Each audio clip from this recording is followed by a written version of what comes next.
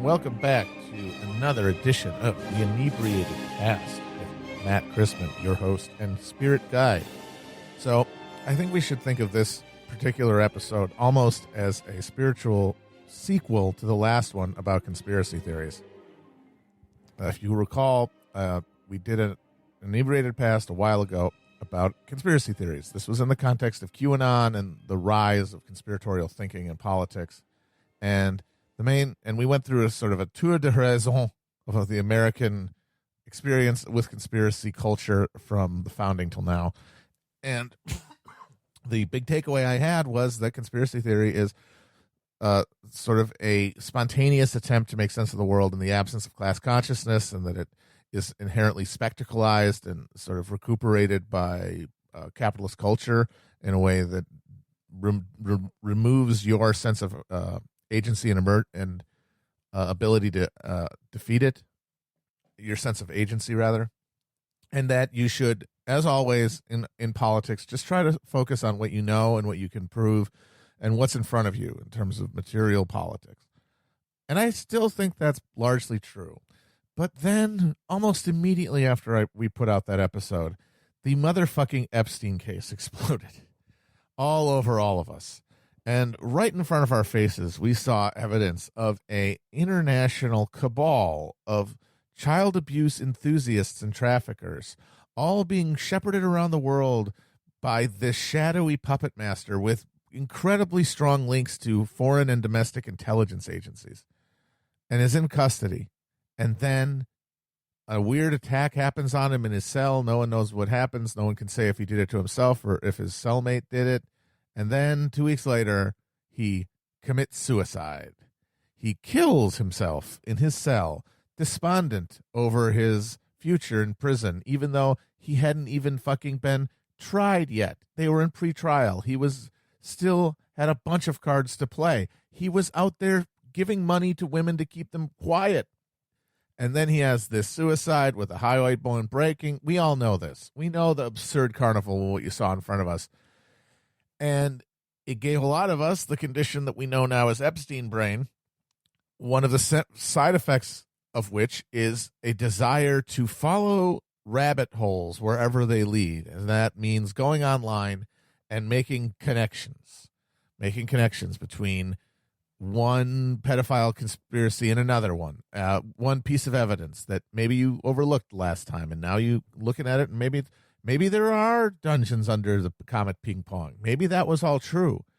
And the reason that happens is because a conspiracy that's really happening, a conspiracy that's powerful and occurring in broad daylight, at the center of it is basically a black hole.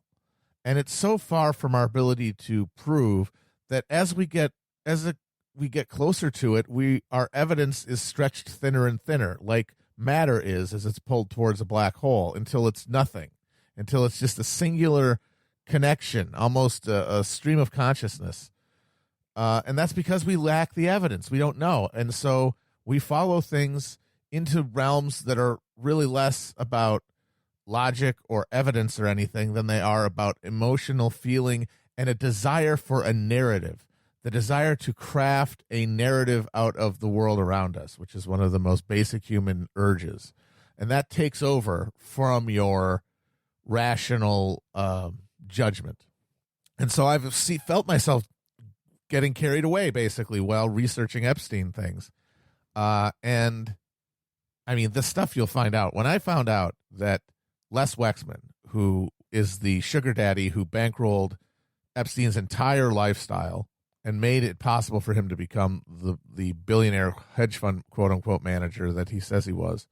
In the 90s, his carrier for his clothing lines and retail outlets that would bring clothing from sweatshops in Asia to the United States was Southern Air Transport, which was Air America in the Vietnam War, where it smuggled heroin out of the Golden Triangle, and then was also involved in smuggling cocaine out of Central America during Iran-Contra.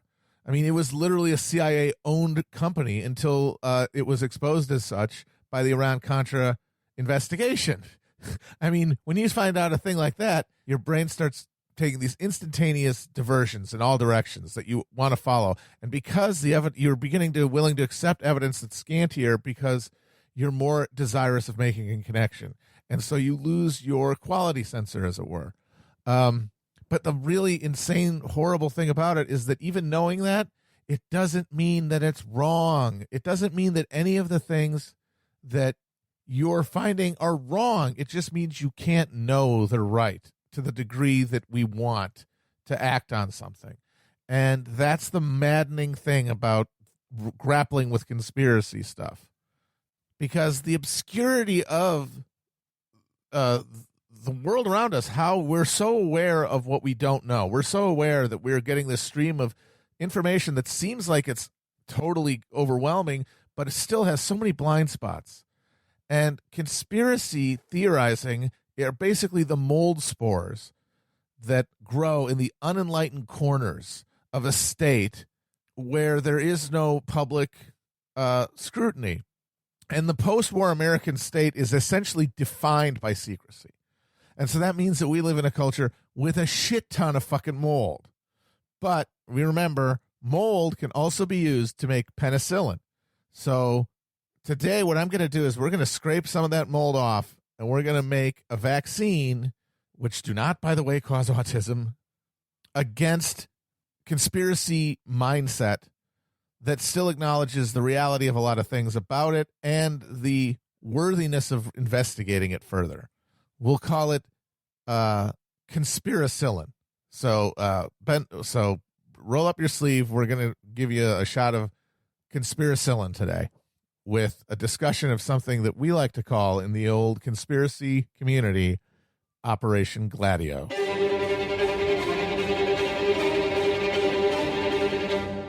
All right. Start off just by saying that when I speak of Gladio, there's two things. There is the broader program in all of the NATO countries and some non-NATO countries after World War II to create stay-behind networks in the event of a Soviet invasion of Western Europe. And then there's the specific branch of that operation that happened in Italy. Often the whole European thing is considered Gladio, but technically Gladio refers to the Italian branch of this operation. It had different names in the different countries that it was operative in. So today I'm going to, when I speak of Gladio, I'm mostly referring to the Italian campaign itself. So I'm going to keep Gladio because we're mostly talking about Italy. But bear in mind that when I talk about it in Spain or Turkey or Greece or Belgium, that technically it had its own name there and it was part of a greater operation. But Gladio is the spirit of the thing.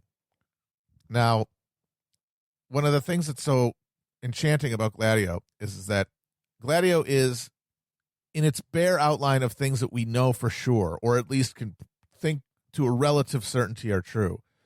Gladio in Italy specifically is a vindication of every wild conspiracy type theory you have, because things like false flag attacks and secret cabals operating behind the scenes are all real. That's affirmed. And so that's why it is such a tempting doorway into total conspiracy brain, because, hey, if that was a true false flag, if there are real false flags in Italy, then maybe these are false flags. And then you sort of go into things assuming that they are and finding evidence that suits that predisposition. So that's the danger with Gladio, because it does really tell you it's real, you know. All the stuff you kind of worry about is, oh, that sounds a little crazy, but maybe this is proof that stuff, at least here, did happen. So, but as with any of these things, we have the things we know happened, and then we have the things we think might have happened, and the connections get more tenuous, but the problem is I don't know if they're wrong. So what I'm going to try to do is something kind of experimental for this podcast, the series here. I'm going to tell you a story about this operation in Europe. Some of the details are going to be confirmed and I think very well established. Others are going to be more suppositional and conjectural. When there's a piece that we know is true, I will underline that, but note that there's no Christman guarantee of truthfulness to this. What I'm doing is I'm telling a narrative that has been pieced together from the things that we know and can also intuit or whatever about this historical event. And then when we're all wrapped up, we'll say, well, what does it mean? What does it mean to believe this happened? And how does it impact our politics? All right. So the context is the immediate end of World War II. As soon as the Nazis are defeated, the U.S. gets into a war footing in its mind with the new power of the Soviet Union. The Yalta Conference carves up Europe between a free, quote-unquote, Western Europe and a communist Eastern Europe. It is an act of realpolitik on both sides. The Western leaders allow the Iron Curtain, as Churchill will come to call it, to fall in front of all of these people. But at the same time, Stalin used the opportunity to secure the agreement by selling out and disavowing the communists who were involved in a very brutal civil war with monarchists and fascists in Greece. And he sacrificed the Greek communists to secure the post-war thing. So the post-war agreement. So it was both sides just making a strictly rational game theory decision. But as soon as that line was drawn on the west of it, the U.S., where it controlled land and influence, was worried immediately about the possibility of an eventual Soviet attack on that part. Part of that was military. And of course, that concern led to the creation of NATO, the Marshall Plan to recapitalize the economies of these countries, and huge military bases in Germany specifically, or clustered near the Fulda Gap, this area, this broad flat plain in Germany, where the Pentagon theorized that the Soviets would one day perhaps pour divisions of tanks through. So they secure the military and economic borders, but they also have to worry about the question of politics, because these countries were going to have democratic institutions and they were going to have strong communist parties within these countries, because in most of the countries that were under Nazi occupation or a puppet regime, the people who most effectively and strenuously fought against those Nazis were the communists, the partisans in France, in Italy, in Yugoslavia, all of them, the Netherlands, they were communists. And the liberals had mostly capitulated and been ineffective.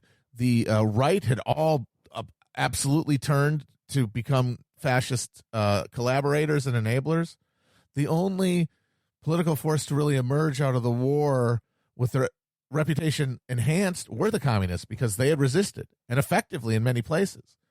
In fact, the man who shot Mussolini, the man who actually shouldered a rifle in the firing squad that killed Il Duce, became a communist member of parliament in post-war Italy. So there was a danger that even though the military border had been secured with the Eastern Bloc and with the Soviets, there was a chance that some of these countries could vote communists in through the front door and change from within. And that was not going to be allowed to happen. So the U.S., with its NATO allied governments, came up with this idea, and it was instituted through the auspices of NATO itself once it was established, which is the defense treaty between all the European countries and the U.S. For mutual defense. And it was a network of stay-behind groups and weapons caches in the countries of Western Europe, which in the event of a Soviet invasion could be used to do guerrilla activities, to wage behind the frontline partisan warfare, ironically, like the Soviets had done after Operation Barbarossa. So that was the plan. That was the. I mean, there wasn't really a public face to it, but the self-conception of it was as a network of stay-behind caches, where there would be, say, in a cave or in an underground bunker somewhere, underneath a church. Maybe there would be a bunch of machine guns, forged documents, cash, a lot of cash, explosives that could be used to create a sort of an instant guerrilla group. It's like Blue Apron for guerrillas, basically. And who is going to establish and then supervise this installation and maintenance of these weapons and stores and materials? Who better than two groups that collaborated deeply with the United States, specifically with the CIA, during World War II and after, the Mafia in Italy and the ex-fascists, the former supporters of Mussolini.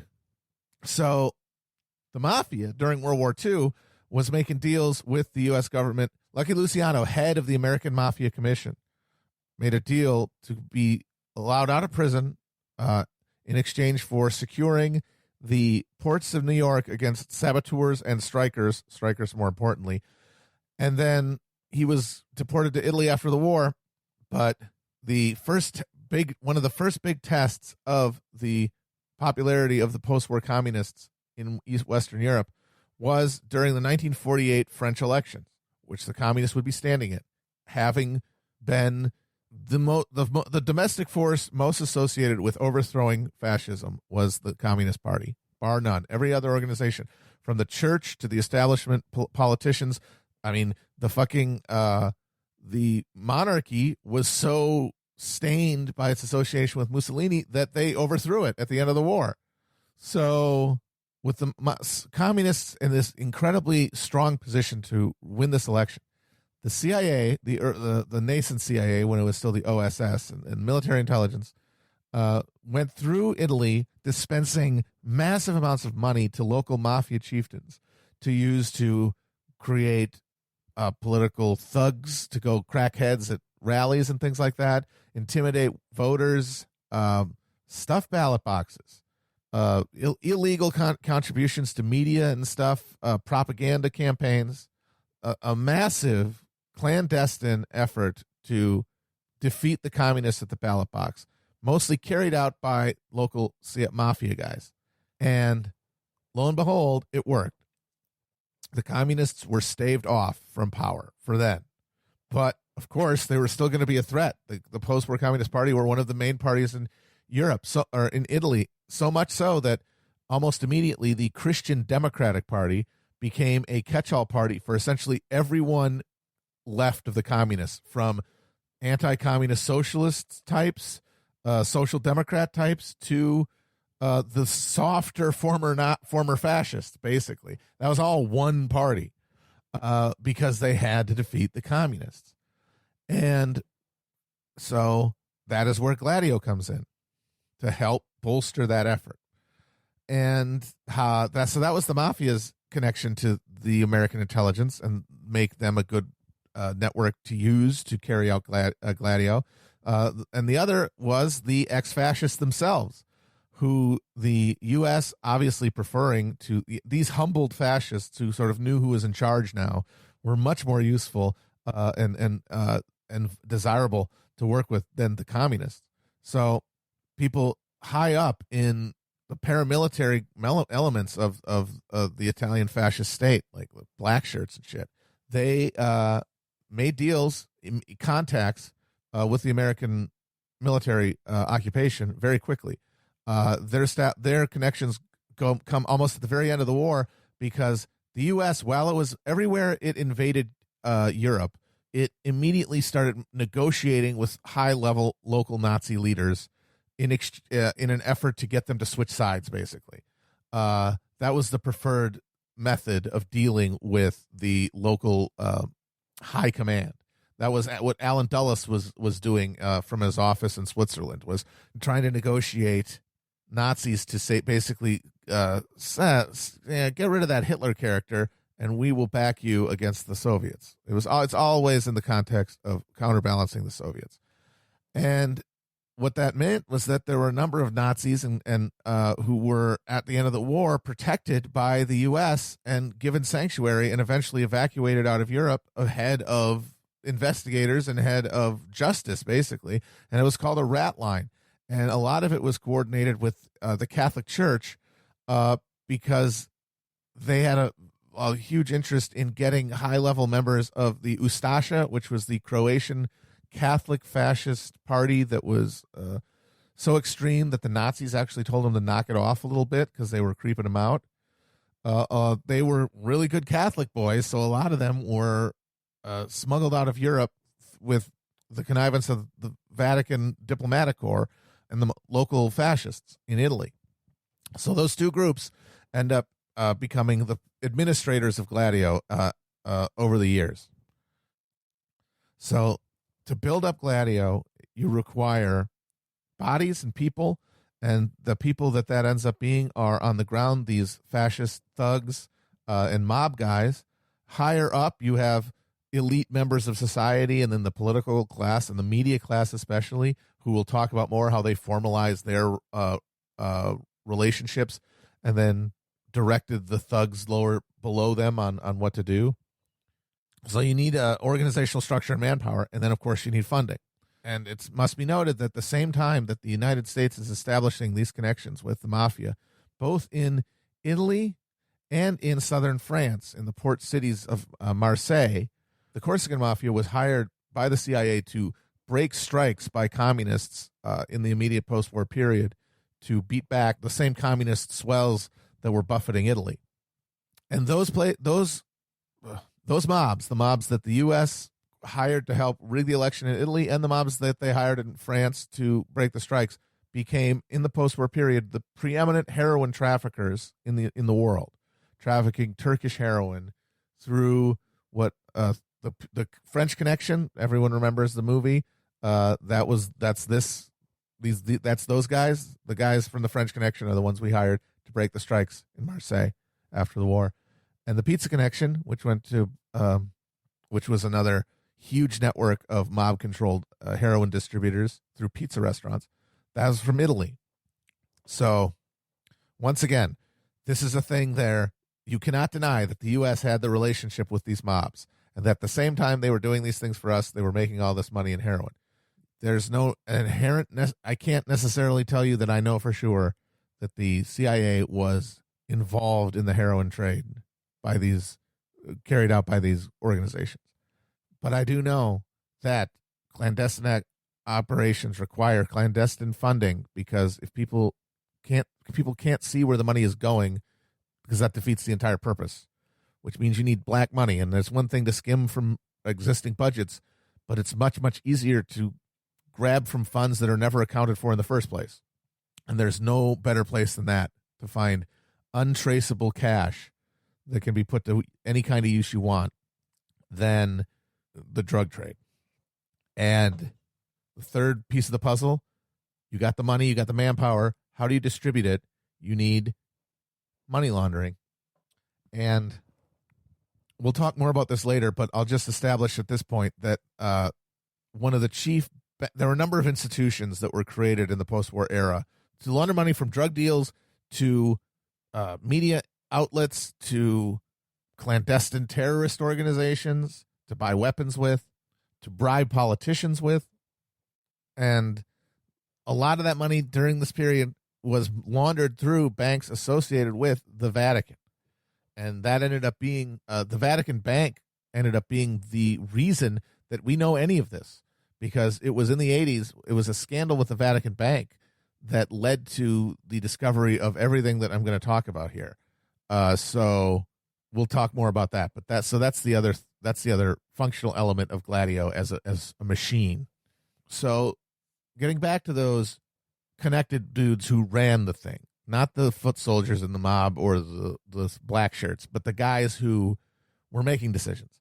These are your social elite, who you'd expect, high-level military people, high-level members of the clergy, people in the political establishment, people in the media establishment, essentially the stakeholders of Italy's post-war Republican government. And the way they organized themselves so that they could have at least a public face and be able to operate in the halls of power, basically by tapping people and inducting them within their group, they created a secret society. And so they made a Masonic lodge that they called P2, which stands for Propaganda Due, which is Italian for two. Propaganda 2, which is the name of a very famous 19th century Italian Freemasonic lodge. And so this Freemasonic lodge became the place where people would be identified as part of the elite, approached, inducted, and then given the secrets to, and then given part of the administration of. The classic compartmentalized secret organization. And that was what coordinated and governed the actions of this organization.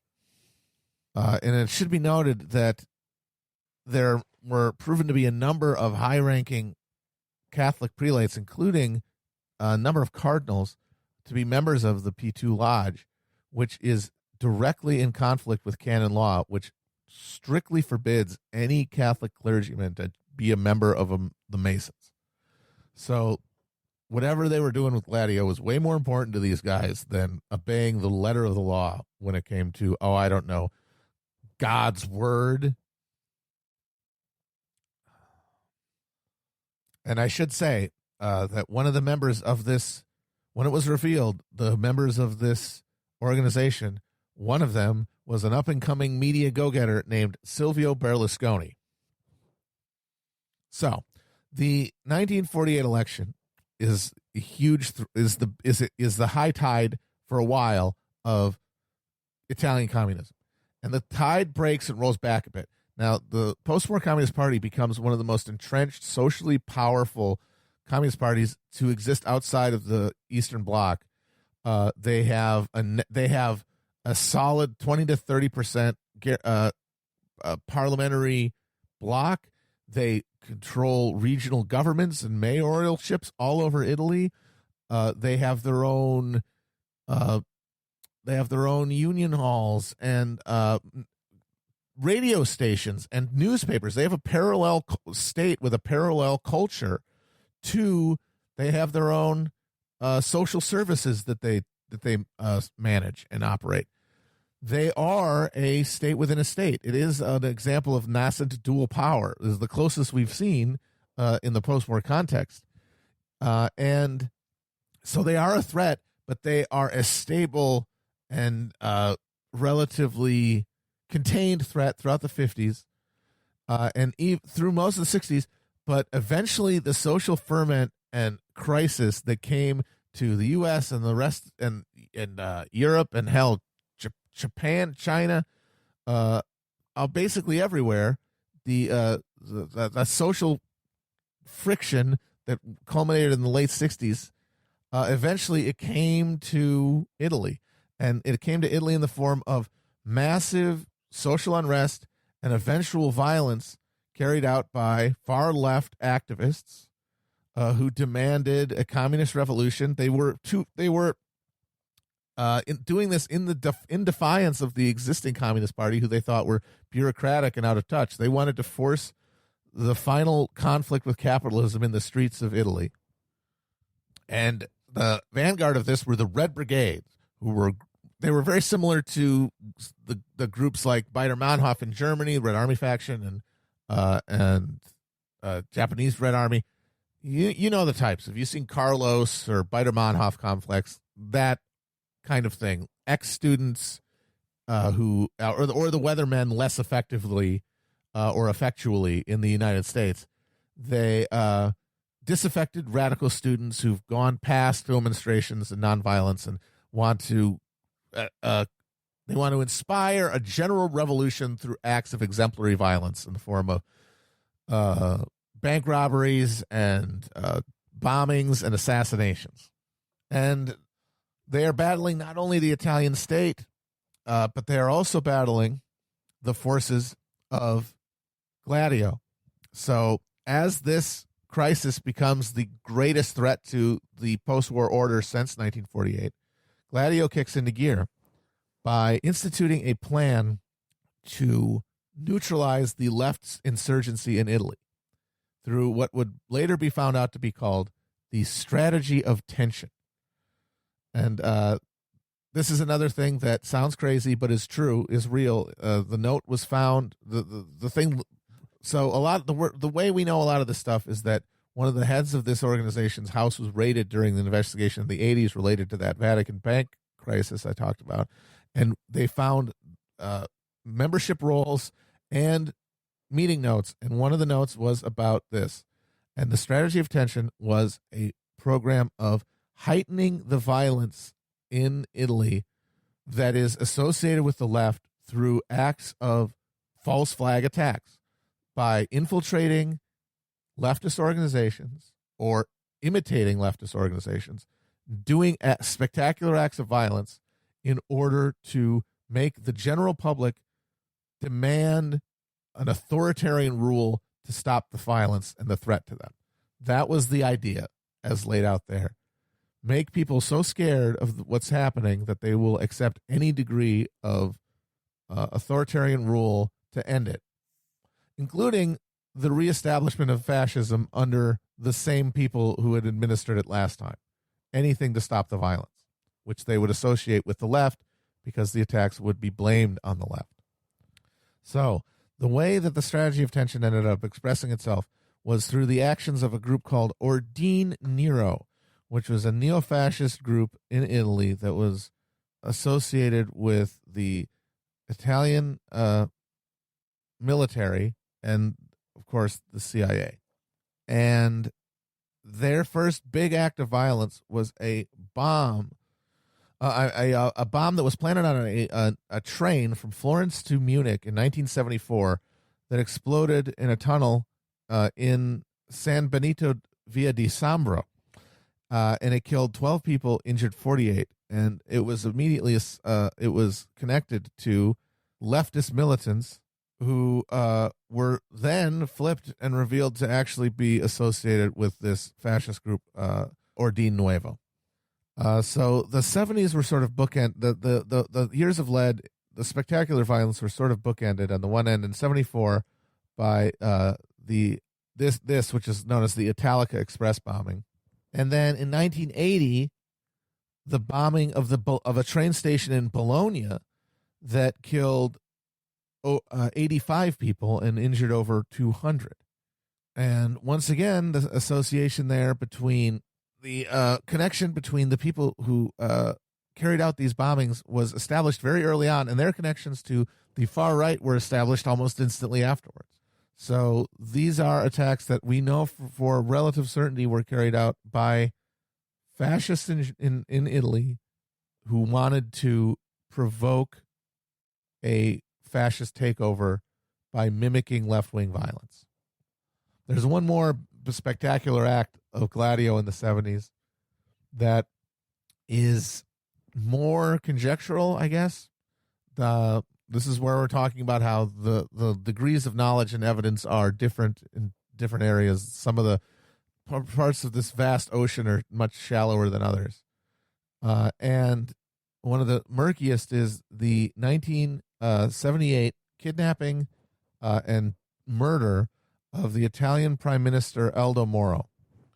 Aldo Moro was a leader of the Christian Democrats, who were the main party that was the broad capitalist coalition party opposed to the communists, and which had held power uninterruptedly in Italy since 1948. And during this period, during the tumult, during this incredibly unstable era, when even though the Christian Democrats were in charge, the prime minister would change on a monthly basis practically. The Moro, toward the end of his life, began toying with the idea of creating a more stable governing coalition with part of his party, the Christian Democrats, and the communists, and bring them into government for the first time. It would be the first official communist party to govern in a Western European country since the end of the Second World War. And this, of course, was no bueno. And in fact, before he was kidnapped, Moro was told during a visit to the United States by Henry Kissinger that to do so, to get in bed with a communist would be incredibly dangerous for him. He basically veiledly threatened him in a mafia-style way if he were to bring the communists in the government. And it shook him to his core. He was terrified after hearing that, and he kind of wanted to just quit politics completely. So in 1978, in March, he was kidnapped in a kind of a spectacular precision strike with guys dressed as cops just turned on his motorcade and murked his entire security detail without killing him, pulled him out, and then spirited him away and got away cleanly. Amazing operation, which was later blamed on the Red Brigade, which, as I discussed, like most Western guerrilla violent groups during this period, was made up of goofus students, not a lot of professional military operations. They never really carried out those. But anyway, Moro was held for 55 days and was eventually murdered and found dead in the trunk of a car. And of course, in these conditions, the possible agreement with the communist standard government, that was off the table. It never happened. So that was good. So there are direct connections between the Italian neo-fascist scene and, kind of most interestingly, the Italian military and the people who killed Moro. One of the more glaring ones is that the building that he was held in for part of his kidnapping was owned by the Italian military intelligence. I mean, coincidence maybe, but once again, this is where we talk about evidence getting thinner, but the lure of creating a narrative, the sensuous lure of creating a narrative that involves something as amazing and outrageous as a false flag assassination of a fucking head of government in order to prevent a communist gaining power in Italy. It's an incredibly enticing story. And so, of course, subconsciously, the burden of proof you're demanding reduces as you gain details that you want to add to your narrative. So I can't say that I believe to any certainty that Aldo Moro was killed as part of Gladio, but I cannot discount the possibility. And I just have to weigh my demand for stable evidence against my frank desire for a satisfying and coherent narrative. Okay. So those are the years of lead. Now's the moment where I will stop and say, while this is happening in Italy and before, Gladio's type operations are being set up all throughout the rest of Europe. So let me take this moment to just sort of say some of the other stuff. We'll do a little tour of Europe and talk about what other stuff the Gladio type operations were up to in the different European countries. So in France, for example, the hyper right-wing types who would make up OAS and attempt to assassinate de Gaulle, prevent him from leaving Algeria, those kind of people, the French ultra-right, they're, of course, co-opted as part of this operation, although the French being so prickly and hostile to NATO over NATO authority, they always kept them at arm's length. In Greece, generals who were on the CIA payroll, they carried out a coup in 1967 that overthrew the democratic government there and ruled for a decade. In Turkey, the name for this operation was counter-guerrilla. And counter-guerrilla, even though Turkey had never been occupied during World War II, afterwards, the CIA was intimately associated with the emerging Turkish, what became deep state, their intelligence apparatus, and their military high command. The guys who ended up being what was called accurately by Erdogan a deep state, which he has now largely overthrown and reconstituted on his side, is actually kind of brilliant. But at this point, it was still very much a hand-in-glove thing with Washington. It was carrying out American prerogatives in the region. And So Gladio, so counter guerrilla. Some of the stuff the counter guerrilla is accused of doing is founding the Grey Wolf nationalist paramilitary organization that we like to that we make fun of with the name of our fans. Promise we're not fascist is just irony. God damn it! But so creating the Grey Wolves and doing things like perhaps carrying out the Taksim Square massacre of 1977, in which a massive left-wing demonstration that was in the square was fired on from concealed positions in nearby buildings. Over 40 people were killed, and the people who carried it out were never found through due to an amazingly botched investigation that left a lot of people wondering if it was associated with this Turkish deep state. A question that became even more potent in 1980 when the Turkish state was overthrown in a military coup that was headed by the Turkish director of the counter-guerrilla program. So that was a win. In Spain, the death of Franco in 1975 created political ferment for the first time, and the dictatorship broke down, and a new emerging multi-party democracy burst forth. And the U.S. needed to make sure that they directed that process. So in 1977, a office for communist-affiliated lawyers was raided and sprayed with machine gun fire, killing 5 people. The attack was later connected to local Spanish and, interestingly, Italian neo-fascists. And that's where it's good to point out that there was a lot of cooperation between these different organizations. There was something like a Black International, like a fascist solidarity. It's sort of modeled on Operation Condor, which was military and intelligence cooperation between the Southern Cone Latin American dictatorships to share data and help each other extradite and kidnap opponents of the regimes. Okay, so now let's get back to how we know any of this is true. How do we know this even happened? And what happened is that in the 1980s there was a massive liquidity crisis in the Italian banking sector that was triggered by the collapse of a bank called Banco Ambrosiano. So Banco Ambrosiano was a bank that essentially laundered money back and forth between itself and the Vatican Bank. It was in an incestuous relationship with the Vatican Bank, and money was being funneled through it, through the money that was being smuggled through the Vatican Bank was then sent to Banco Ambrosiano back and forth. And so eventually somebody got left with the hot potato, and the bank was left with a huge deficit that could not be found anywhere. The money was gone. And in the investigation that followed, a lot of things were uncovered, including a lot of things related to the head of the P2 Lodge, the guy who ran the entire show, Licio Gelli.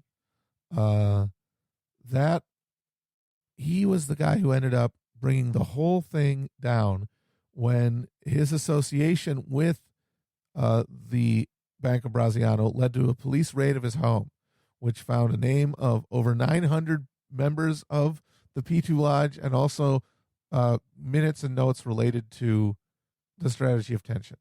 As I said earlier, on that list that was discovered was the name of later Italian Prime Minister Silvio Berlusconi, implying very heavily that the people who were in charge then never really gave up power, even though this moment led to Gladio being revealed publicly.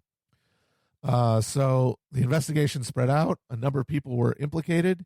Lucio Gelli was eventually, after a lot of back and forth and extraditions, was eventually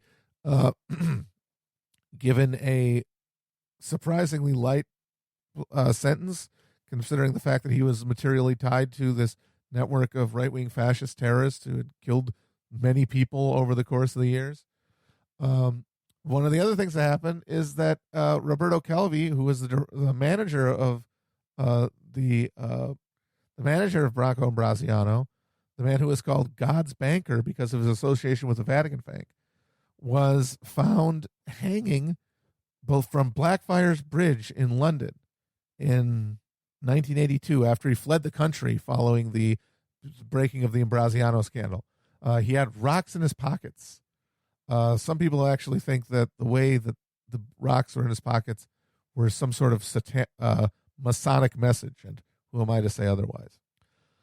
Another person associated with the collapse of the bank and the entire scandal was a man named Michael Sindona, who was a chief member of Propaganda Due, who was associated with all kinds of not only Gladio stuff, but mafia, drug running, and money laundering. He also fled the country. He was arrested and charged in the United States. He was extradited to Italy. He was taken back to the United States.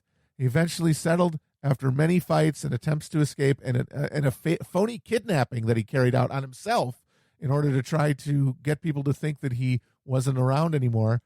He eventually ended up in Italian prison, where he was promptly poisoned with cyanide in his morning coffee. That is another thing that absolutely happened. You can look this guy up, Michael Sindona, a man who was poisoned in his prison cell with a cyanide-laced coffee. No one was ever charged. No one was ever named as a suspect. They just figured, hey, this guy's got a lot of enemies. This guy who has direct knowledge of all of this shit, literally poisoned in prison. I mean, think about it. At least here with Epstein, they're giving you they're taking you seriously enough to extend the courtesy of lying to you that he committed suicide, so that you don't have to just have it though so flagrantly in your face that they can do what they want and that there's nothing you can do about it. Here, they're like, yeah, no, fuck it. We'll just poison his coffee. And then we'll say, yeah, someone poisoned him. And then that'll be the end of it. So this investigation snowballed. It led to a huge parliamentary uproar. And eventually in 1990, a massive investigation and series of public hearings in which that culminated in Giulio Andreotti, who was the personification of the Christian Democratic Party after World War II. He was the backbone of the whole thing. He was the party maestro. He was the prime minister any number of times. He would basically be prime minister whenever he wanted to be. He was the heart and soul of the party. Was brought before the parliament and admitted that Gladio was real, that the P2 Lodge was real, that all of this mafia-associated violence, false flag attacks, murders. Let's not forget, this is Italy. Tons of murders of prosecutors and police who were looking into this during this time period. I kind of forgot that. I really should. The whole time this is happening, people are looking into this. Journalists, prosecutors, cops, judges, and they're getting blown up and murdered by the fucking fistful. And he admits most of this to the public in 1990, and it led to a huge crisis. And Italian politics has really never been the same since. Sorry. So that is the last we hear of Gladio in terms of its paper trail of verifiable things. You can talk about things like Gladio 2, which is the theory that the rise of radical Muslim terrorism is essentially a continuation of the strategy of tension that was used in Italy. That everything from the Mujahideen in Afghanistan to Al-Qaeda to ISIS are all essentially CIA-sponsored operations. This is another situation where you have a very convincing narrative line, but I'm not necessarily convinced that the evidence is strong enough on the ground to make me take it seriously. Even though the fact of how well radical Islamic terrorism has benefited the post-Cold War American geostrategy is very interesting and something to think about. But like that, I don't want to, like I said, the Kushba stamp of approval. I don't want to put it on everything. But this is all stuff that you have to think about and consider when you're trying to make sense of the world. I mean, there's other strands I could pull on this. I could talk about this shit all day. I mean, if you really want to get nutty, you want to look at Belgian Gladio. You want to look at something called the Brabant killings. These are things that I'm just going to throw out there without any, I'm not even going to dignify them necessarily with a narrative explanation. I'm just going to say, as conspiracy nuts have from time immemorial, do your own research, folks. I'm just saying you can pull on a strand and find it interesting or not. But the Brabant killings, just parenthetically, are nuts. It was a series of spectacularly violent and public and audacious robberies of mostly grocery stores in Belgium in the 80s, that where 3 dudes in a van would roll up, firing guns out of the window, murdering people in the fucking parking lot, shooting randomly anyone they encountered for a relatively small amount of money. And, you know, tactics and firearms associated with the Belgian special forces that were part of Belgian Gladio operations were connected to the attacks, which, by the way, were never solved. These guys would show up, shoot a bunch of civilians, grab some money, shoot a cop on the way out. No one was ever caught. Very odd. But once again, I don't have anything beyond that. I don't know. I can't know any of this. And I think that's what I want to leave people with. As much as this is amazing to think about, and as much depth as you could give any of this if you chose to look at it, at the end of the day, as long as power is behind a curtain, we're not going to know any of this stuff. And more importantly, our knowledge of it doesn't change our material conditions in any way.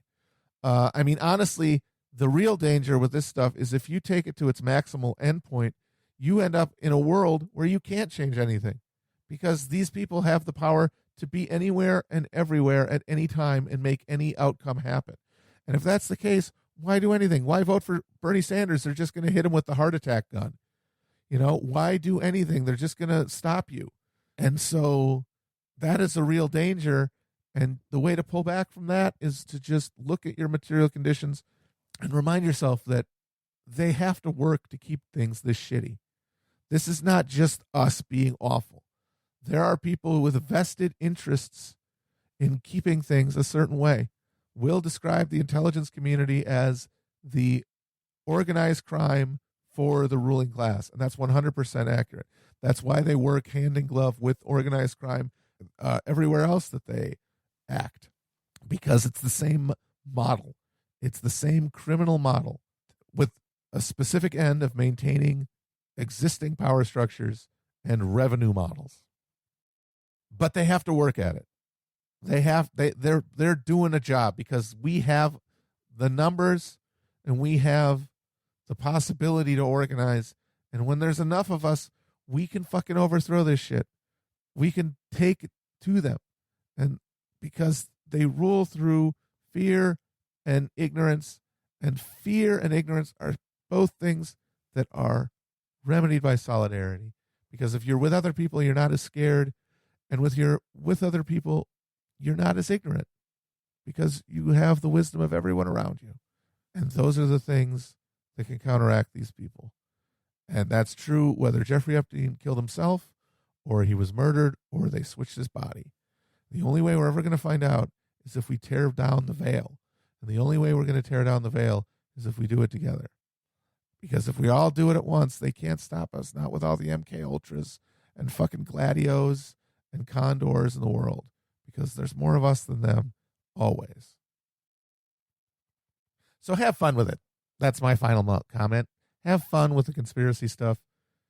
Use it to inform your worldview. Like, when you know something like Gladio is real, when you know we were doing this shit, it really informs the way you look at things like the collaboration between far-right groups and the police now. Like, that there's a model for that sort of interaction between extra-legal reactionary muscle and the formal military and police powers in a state. You know, and now you can take that model. The role of drugs in lubricating the international intelligence operations, the way that drug money is used and utilized to fund operations that can't be ever have their books examined. That's another thing that you can keep in mind when you look at the politics of heroin, and the way that, you know, so say, for example, the Taliban was on the verge of wiping out opium in Afghanistan before 9/11, and now Afghanistan is the world capital of opium. Well, it is. Well, we're nominally in charge of it. But while you're doing this, just keep your head in the clouds and your feet on the ground, and remember the world around you, and remember your duty to the people around you, and how that matters more. And moving forward in that direction with others, it can overcome anything. And the thing is, if it really is total control, then you fucking try. And that's all anyone can ask of anyone in this life.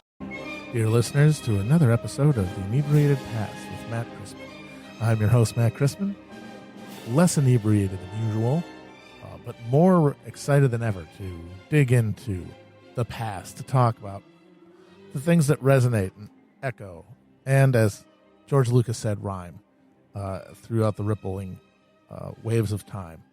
And I know a lot of us are still reeling from the shocking end of a campaign that we all really had a lot of personal, emotional, and psychological investment in.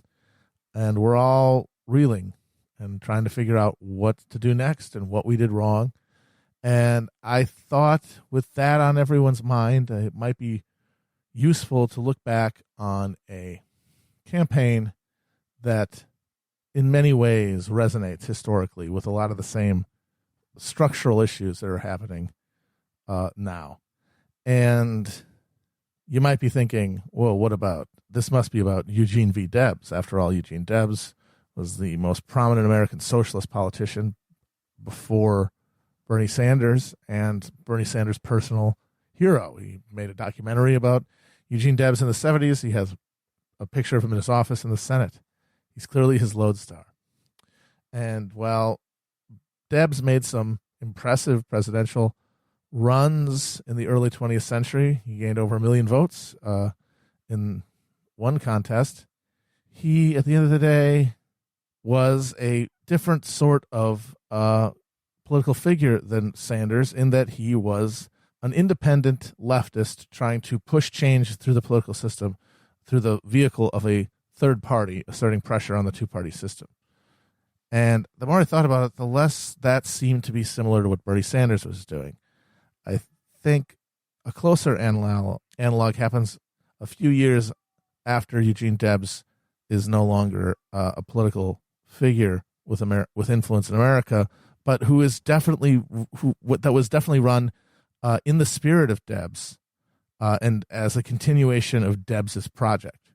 I speak, of course, of the 1934 campaign for California governor of socialist, muckraker, playwright, vegetarian, utopian socialist, teetotaler, an absolute attempted Renaissance man, Upton Sinclair.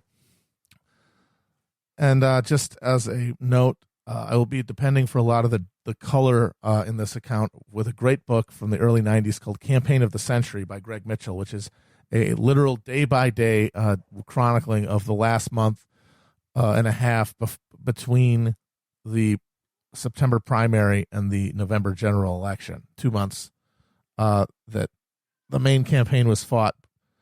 And it's a very interesting book, and if anyone wants more details about this historical incident, that book's a good source to begin with.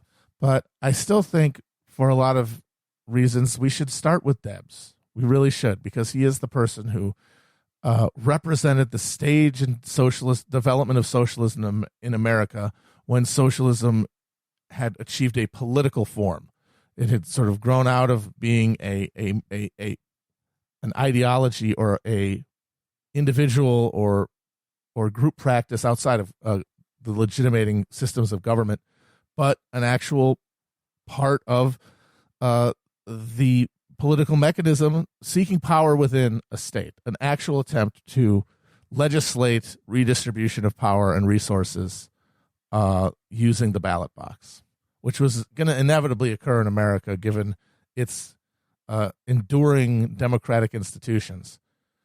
So we start with Debs, but not on the stump in a courthouse, specifically a federal courthouse in 1918, where he stood convicted of the crime of violating the Sedition Act, a wartime measure passed by Woodrow Wilson, still in force and recently used by the Obama administration to go after whistleblowers. It was an attempt to squelch the massive amount of opposition to America entering World War I through authoritarian political means, making it illegal to tell people, don't fight in the war. Debs' conviction was upheld by the Supreme Court in a famous decision, the decision where everyone's favorite liberal jurist, Oliver Wendell Holmes, defined the limit of freedom as the freedom to shout fire in a crowded theater, even though the case in front of him was about someone who told people not to go into a burning theater, a.k.a. Europe in 1917. But anyway, our protagonist, Eugene Debs, stands accused, convicted, and about to be sentenced. And he gave an address to the court that I still think is one of the most moving speeches in American political history, and I just don't want to miss the opportunity to read it right now in its entirety.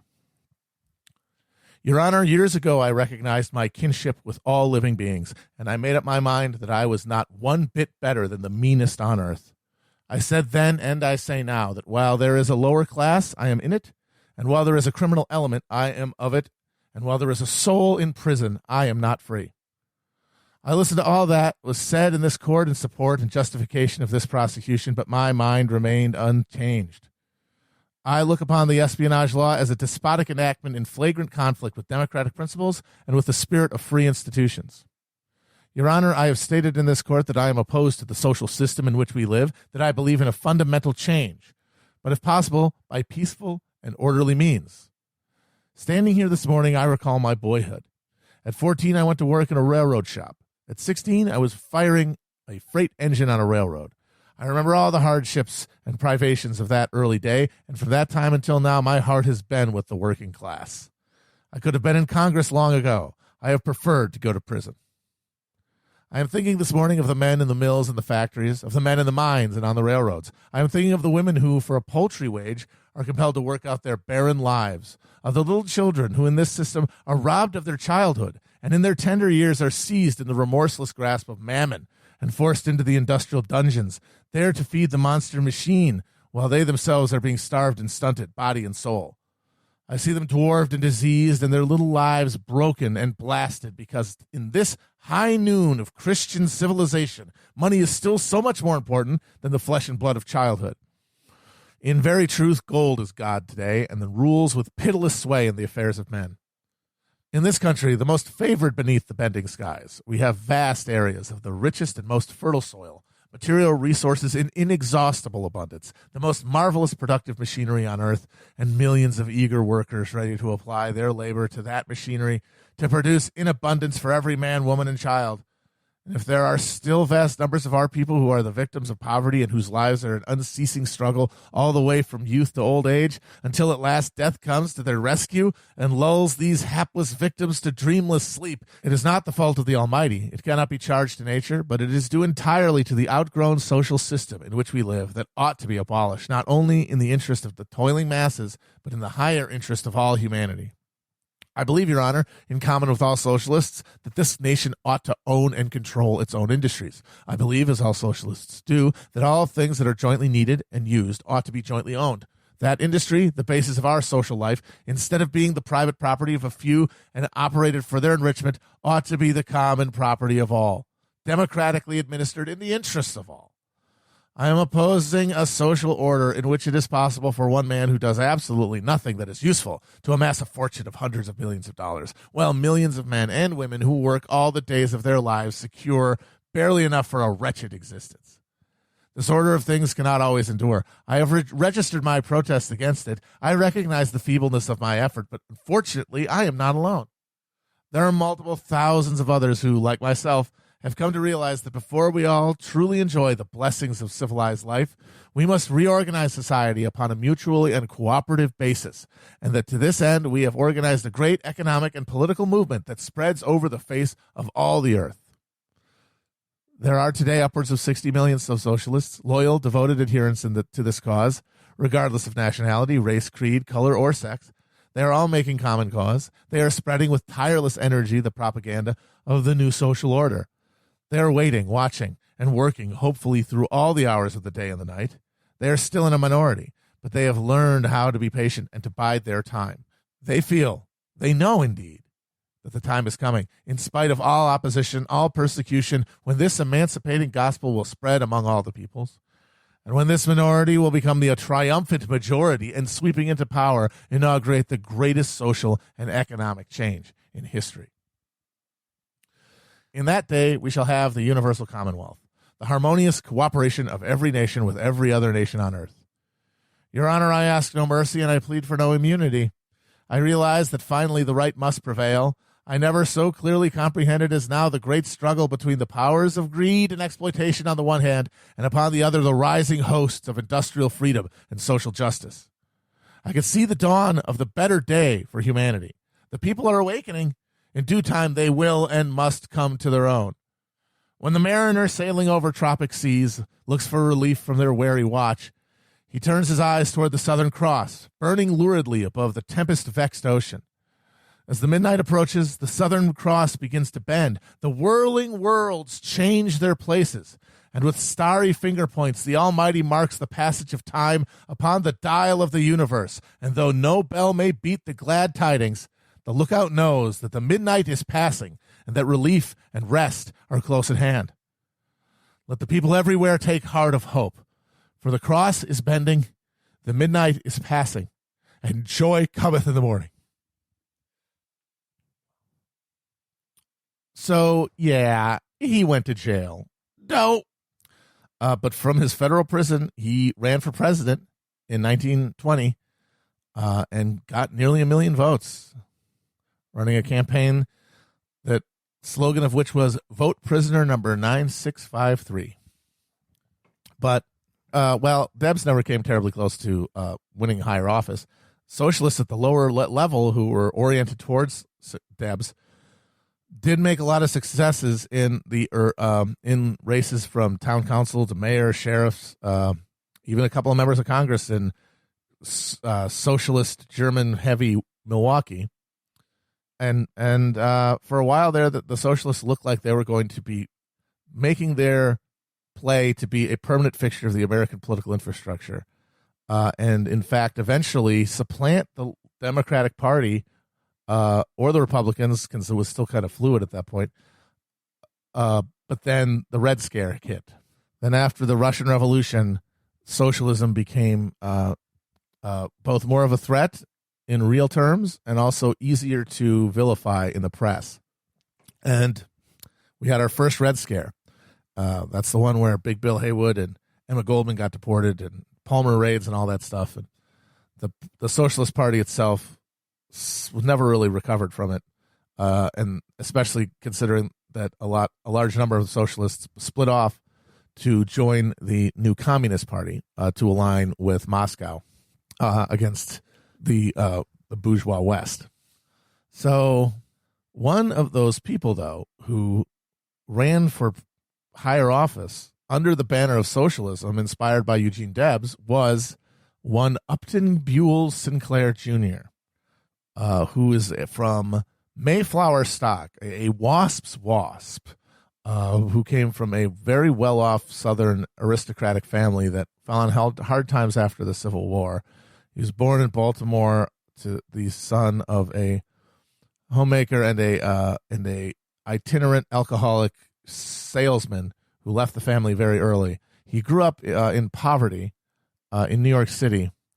He claims, in fact, that once he came upon his father derelict in an alley while walking through Manhattan, and it helped push him towards forming the identity that he got over time, which is that he was basically a fully embodied version of the type of the New England Puritan do-gooder. There are a number of threads that make up American leftist tradition, and one of the most foundational ones is the tradition of flinty New England busybodies, basically, who went from being witch-burning Puritans to much more theologically loose Congregationalists, who then took their reduction in spiritual obsession and turned it into reforming society along civilized lines. Now that they weren't burning witches, they could mellow out and get people to stop drinking so much they beat their wives to death, that kind of stuff. He was personally very prudish in addition to being a teetotaler.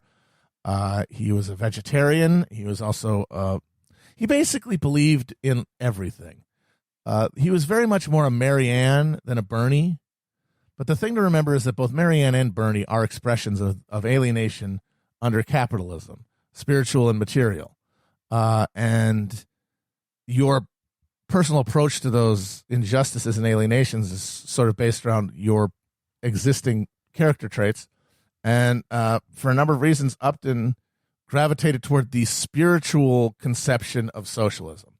So he was very much in favor of basically approaching politics through the lens of morality. He saw that which was wrong and decided to make it right by drawing people's attention to it. Direct address. His most famous book, of course, is The Jungle, about exploited stock workers in stockyard workers in Chicago, which only led America to get freaked out about how many fingers were in their canned potted beef, which led to the Pure Food and Drug Act being passed. And famously, Sinclair said that he shot for America's hearts and he hit him in the stomach. Because when you read the book, those Lithuanian immigrants getting ground in a burger are less real to your life than the burger you might eat that might have them in it. Especially at a time when, exploitation and brutality were sort of the norm. But Sinclair refused to hew to the times. He demanded things be better. And that led him to be very open-minded and sometimes to the point of credulity.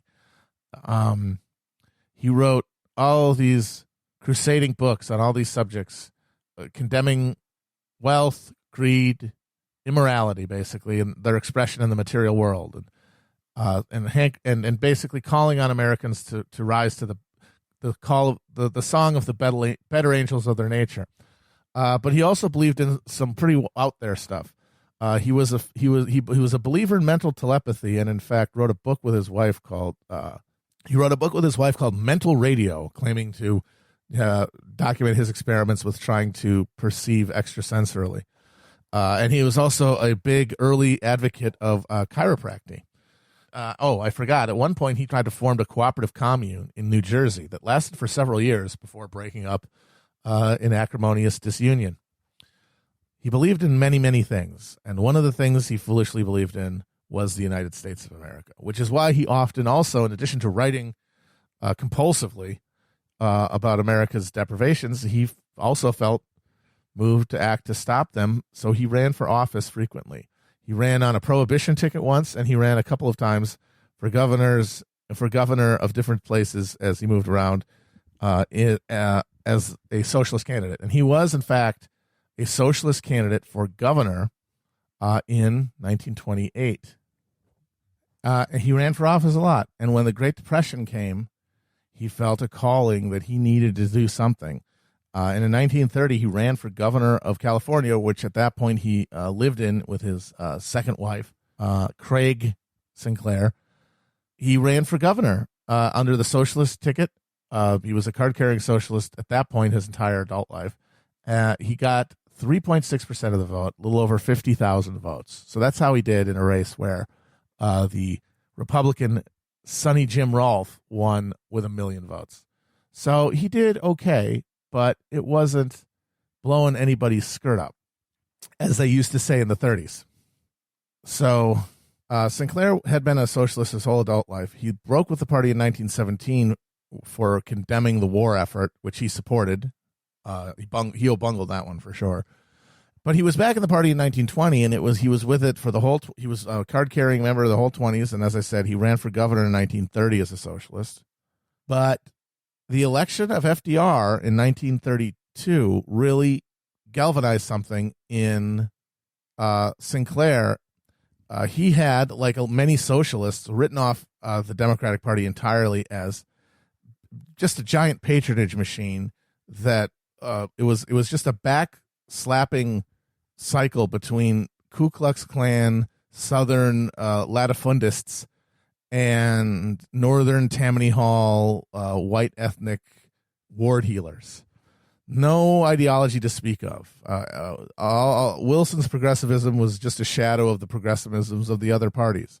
I talked a bit before about how at this point the political parties weren't really polarized along ideological lines, and it's actually kind of interesting in that respect, because sometimes people under the question, why is the Democratic Party like the party of social liberalism and economic liberalism, or theoretically, why are they the ones for economic justice and inclusive ideas of who should have rights in a society, in a public setting?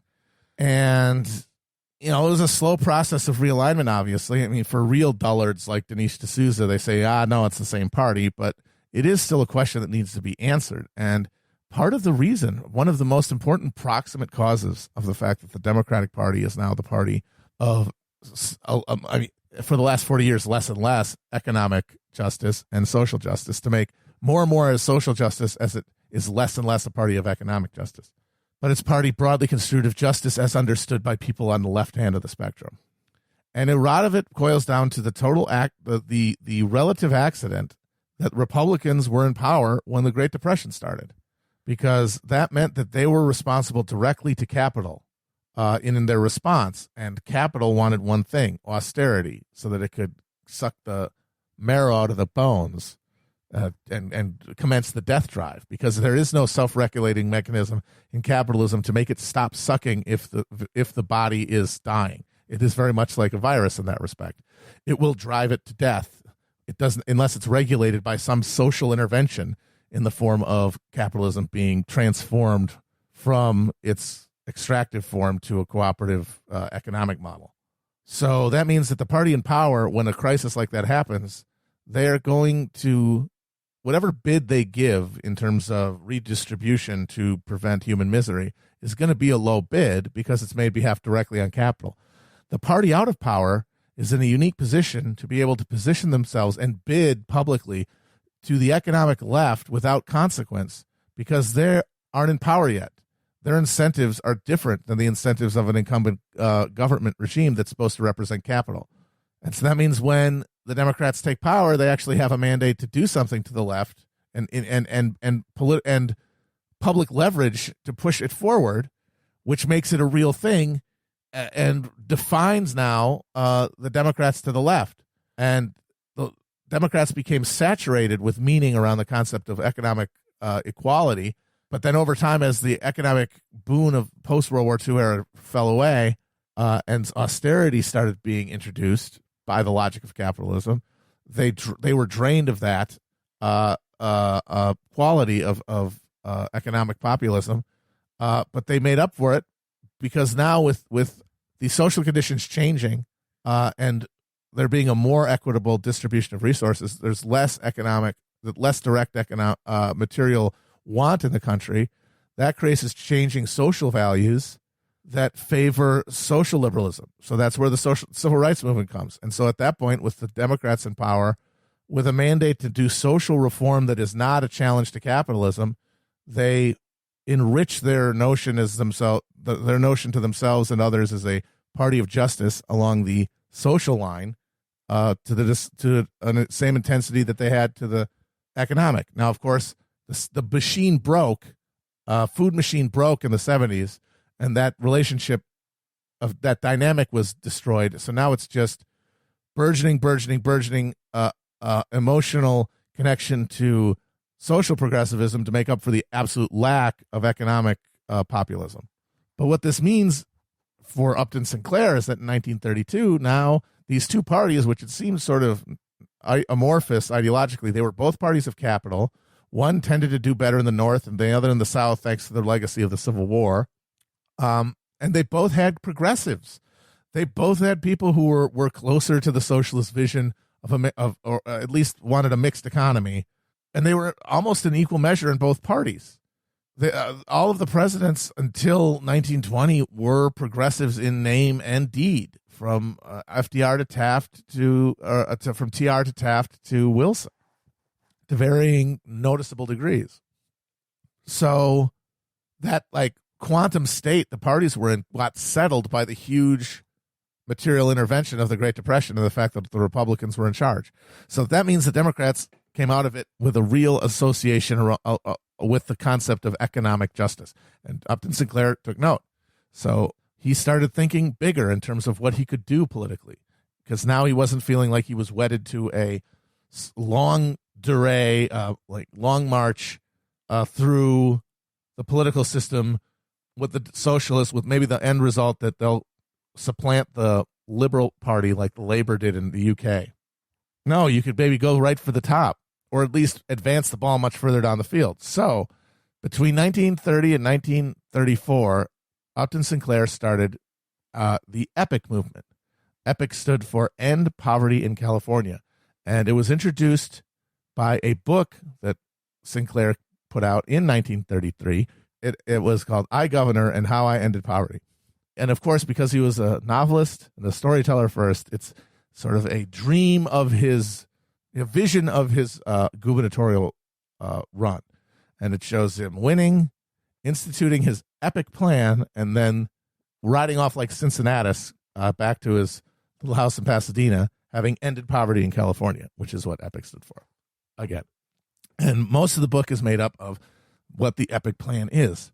And the basic idea behind the EPIC plan was to recognize the crisis of capitalism at the moment was of demand and managing flows of materials, because you had people starving and you had farmers overproducing food they couldn't sell. That is a manageable problem, but not in the market, in a situation where there's a huge crisis within the mechanism of at the level of money.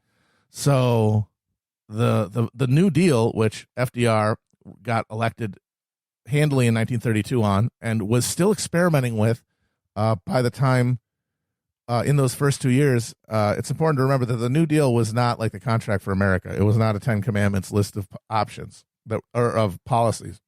It was essentially a relatively vague promise that when FDR got in there, they were going to try some stuff, because Hoover wasn't trying anything and it wasn't working. And people were willing to do, with no other option than the status quo that sucked, they were willing to go along with it. So they were giving him some patience, but it was still a very piecework, hodgepodge approach. They would try something. If they got too much pushback from either capital or the public, they'd they'd ball down, or some combination of that, and then they would try something else. But it was working to the degree that even though unemployment was going down in general trend, but not in a stable direction, there were still big spikes of poverty month to month, and there was still over 10% unemployment. People were working on it, and so people were still willing to give FDR the benefit of the doubt. But the basic idea of the New Deal mechanisms is we're going to prime the pump, like Keynes said. We're going to put more money into the system, and then it will make its way into the hands of people. Sinclair's answer, EPIC, is basically meeting that bid and raising it in the direction of leftism, in the direction of an idea of what socialism could be in America. EPIC called for the confiscation of lands in California that were owed property taxes, which was huge swaths of the most fertile California land, because people couldn't afford to pay. It wasn't so that they could evict the farmers, though. Sinclair's idea was that the monetary system would, in some significant percentage in California, be replaced by what he called production for use, a system where unemployed people would be put to work in idle factories and on fallow farmland. They would pay their equivalent tax in kind, and then they would essentially be given chits to trade those industrially manufactured goods for the work of the farmland. This is actually kind of what the informal economy in Russia was during underwar communism. People would like break open machines and factories and like turn them into things like cigarette lighters, smuggle them out to the countryside, and then barter them for some potatoes. But the idea here was that it would be directed by the state, and that there would be chits and like sort of state script, and that would make up for the shortfall directly instead of just giving more money to people at the top and hoping it would get down in people's hands through spending. Now, it was called crackpot by a lot of people, but a number of prominent economists endorsed it as essentially sound. But more importantly than anything, it was a huge challenge to capital in a way that not even the New Deal had been. This was raising the stakes significantly at a time when the public was really desperate and willing to listen to a lot of ideas, no matter how seemingly off the beam they might have appeared even a few years ago, because people were suffering. California in particular, because remember, California is the end of the frontier. The frontier was always America's exhaust pipe, America's vent for overproduced social steam. And California hitting that shoreline really was the moment America became, at some fundamental level, aware of its own mortality, because free real estate is an underpinning ideology to all other American ideologies. And the Pacific Ocean is this huge black reminder that the end is coming. There's no more land after this. And so California then, especially in the 30s, became this twilight land where literally dreams were made of in the form of the new Hollywood colony, which was the headquarters for film production, and also the detritus of the Depression and the Dust Bowl coming, the most desperate people coming to the land of where there was genuine plenty and good sunshine, and finding not a happy answer, finding police cordons, chain gangs, brutalization, because California is a smiling face with a knife behind the back, as it is Nathaniel Hawthorne's Day of Locusts. So let's set the stage in California for the 1934 upcoming election for governor. The incumbent is Frank Merriman, a absolute time-serving hack, relatively befuddled old man. He had been elected lieutenant governor the previous election, and had become governor when Sonny Jim Rolfe died. So he was an accidental man who was really just a warm body in a chair who nobody really had any faith or investment in. And he was running a competitive primary. And the Democratic race for governor was hugely varied. Meanwhile, in the run-up to 34, Upton Sinclair's book catches on like wildfire. It inspires the creation of hundreds of epic clubs around the state of California, where people from all walks of life, but honestly mostly from the most desperate straits, came together to work towards the goals that Sinclair laid out in the book.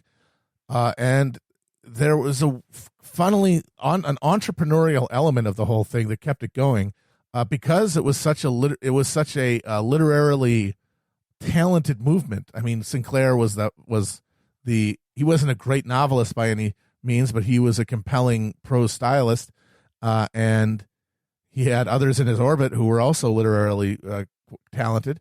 So they were able to make their own newspaper, the Epic News, which volunteers could buy from the Epic organization, which was like it wasn't a party, it was I guess you would call it an NGO. It was sort of the DSA of its time, honestly. That's the closest thing I can think of as a comparable organization.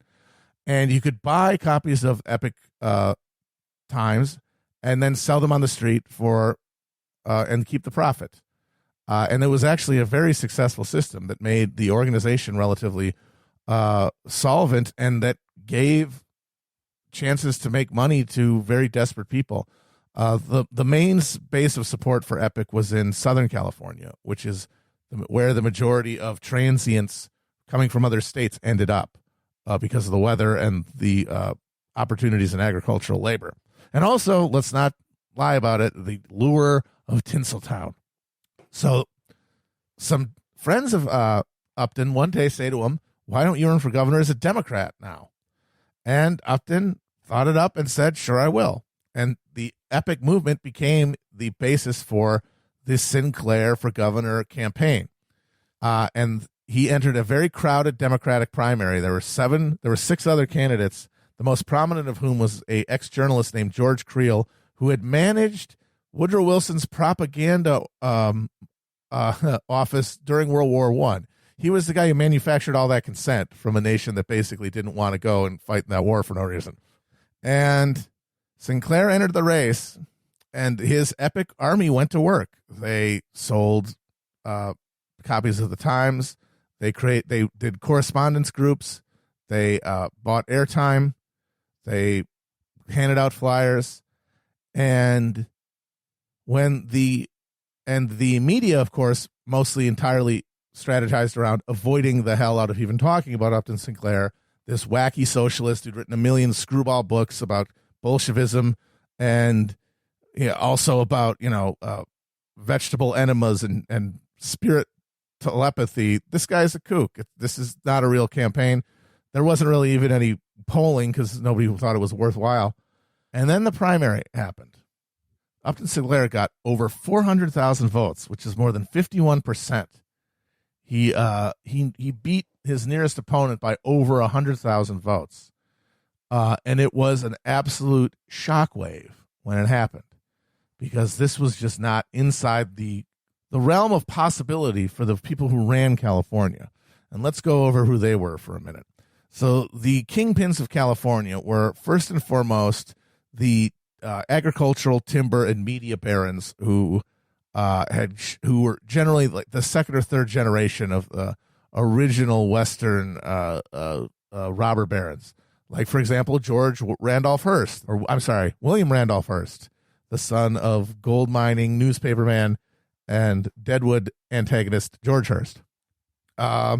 McClatchy, who owned the McClatchy newspapers. The large bankers, mostly out of San Francisco, which was the first real center of capital concentration in California, long before L.A. Capital was most concentrated in Northern California. That's where the people rushed in for the gold and rushed back out and left some.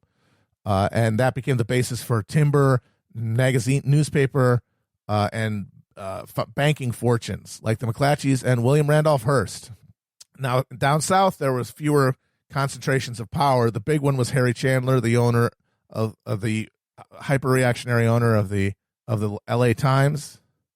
And, of course, there were the studio heads. Louis B. Mayer, the Warner Brothers, Irving Thalberg. These were the guys who ran Hollywood and were all, almost to a man, hyper-reactionaries. They were all street kids from New York mostly who had made it to the top of the ladder and then decided to kick the fuck out of it so no one else could get up after them. And they hated socialism, as you could imagine. So those are the people who would be arrayed against Sinclair. The people who would be arrayed on his side are a collection of perfectionist eccentrics and cranks, and of course the people who provided the creative spark of Hollywood, the show folk, as it were. And then, of course, the armies of the damned, the people who had fallen through the cracks when the Depression happened and never been able to get back out, the people who had traveled the rails to be there, and of course, Mexican and black and Southern Californians who were rigidly segregated and hyper exploited. That's your cross section of California, and the immediate political context of the primary was before Upton Sinclair shocked the world by winning that nomination. The big story in California had been the general strike in San Francisco that summer, where striking longshoremen had initiated a general strike that included over 150,000 workers and lasted 4 days before Frank Merriman intervened with the National Guard. There are some rumors and suggestions that Merriman's spot on the top of the Republican ticket, which had been in danger, he was in danger of losing the support of some of his the big Republican donors, was secured by his decision to crack heads on behalf of capital there. So everyone is caught flat-footed by Sinclair's victory. And they sure as hell were not secured in their worries when he gave his victory speech, which included the lines, "We confront today the collapse of an institution which is worldwide and age-old. Capitalism has served its time and is passing from the earth. A new system must be found to take its place, and that event is the same thing to our society as childbirth is to the individual. The child may be born, but both the child and mother may perish in agony." So yeah, that's not the kind of thing you want to hear if you're Louis B. Mayer or William Randolph Hearst.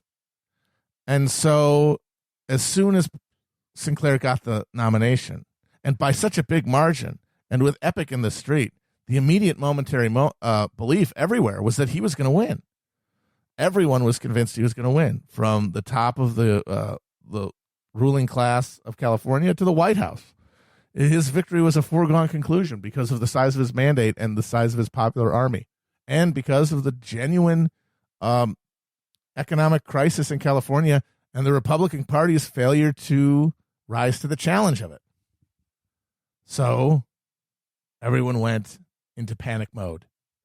All of the generally bickering and at cross purposes moguls and power brokers of California, who were at each other's necks until the moment before the primary, all became simultaneously allied. Democrats, Republicans, whether it was the leaders of MGM and Warner, who had been fighting over who would land Claudette Colbert for their latest picture, they were all on the same side. All the newspaper magnates, all the agricultural monopolists who were fighting each other for preference in subsidies, all of them on the same side. And the money flowed to a huge network of front groups, some of them fronted by Republicans, some of them fronted by Democrats, all of them reputed to be collections of concerned citizens who want to defend America against the monstrous, tyrannical threat of Bolshevism in the form of Upton Sinclair. There was a progressive candidate in the race. At this point, the Progressive Party still had some significant electoral juice. The La Follettes in Wisconsin had a political machine and basically owned owned all of the statewide offices in Wisconsin. Them and their Progressive Party owned all the statewide offices in Wisconsin. There were progressive governors across the country. In fact, California's progressive had a former governor. Hiram Johnson was a senator from California. So the party still had significant base in the middle class, basically, in California. And it was represented by an up-and-coming young lawyer named Ray Haight, Haight. As you can understand, that name carries some weight in Northern California. He was an idealistic young lawyer who genuinely thought that he was fighting for a sensible synthesis of Merriman's stand-patism, as they used to call being conservative in the newspapers, and Sinclair's radical experimental utopianism. The socialist and the communist parties both ran candidates, and the people within the parties, to varying degrees, either hated Sinclair with a fury or defected to his campaign and voted for him. The first big event of Sinclair's campaign, once the primary ended, was a cross-country train ride to New York to meet FDR at Hyde Park during his vacation. And Sinclair spent the entire ride across the country, when he wasn't doing publicity, preparing for this meeting.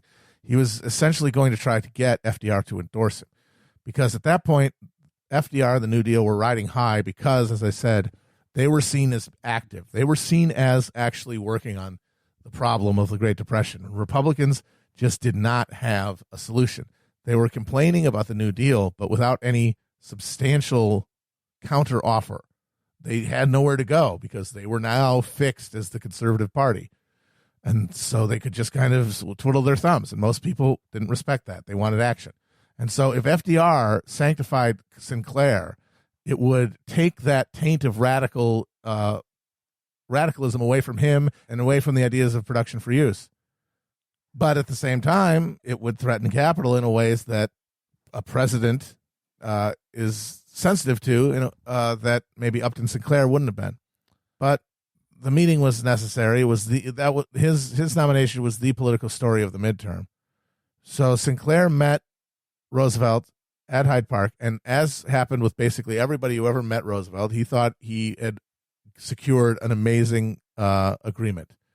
He basically, what it seems as though happened, there's no recording of the conversation, is that he essentially pitched FDR on production for use, and FDR got so carried away with it. He got so excited about the possibilities of it. He was able to picture it, that he sort of implied in some way or another to Sinclair, at least to the degree that he believed it, that he was going to go on the radio and tell people, if not to vote for Sinclair, that production for use was going to be part of the New Deal in some way. And it already was. There was federal money being given to local cooperatives to see if they could be scaled up. But it was all very piecemeal and small bore. And this idea of just scaling it up to the size of a huge state like California, it appealed to the romantic in FDR. But the thing about FDR is that he was very loose with his promises. And a guy like Sinclair has a hard time dealing with people like that, because a guy like Sinclair has never lied to any human, and because he would consider it a sin, and it has a hard time for him to imagine others being untruthful to him. So when Sinclair came back to California, he was basically sure he had the election in the bag, because he thought FDR was going to endorse him. And his powerful political patronage boss, James Farley, was in that camp, because while Farley was like a Democratic partisan and didn't really care about ideology, he cared about advancing the interests of the Democratic Party and himself within it. That meant that, forget what epic means, it also is a Democrat in the California governor's mansion, which hadn't happened for 30 years. California had been a relatively solid Republican or progressive state up until that point. So this is a chance to break the political hegemony in California and, realign it towards the Democrats. Who cares what he says about production? Production for you, schmuction for schmoose. That's what he would say. And so in those early days, there was a real feeling in the White House that they communicated to Sinclair that they were going to endorse him, or at least his plan, which would have secured it, no question.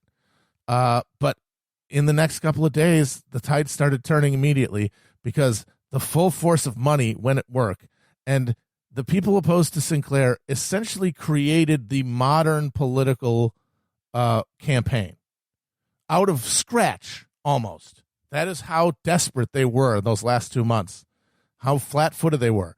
They dumped all the money in the world into California, and enough of it got thrown in there that they were able to cobble together a machine of propaganda unseen in political campaigning until that point, anywhere close.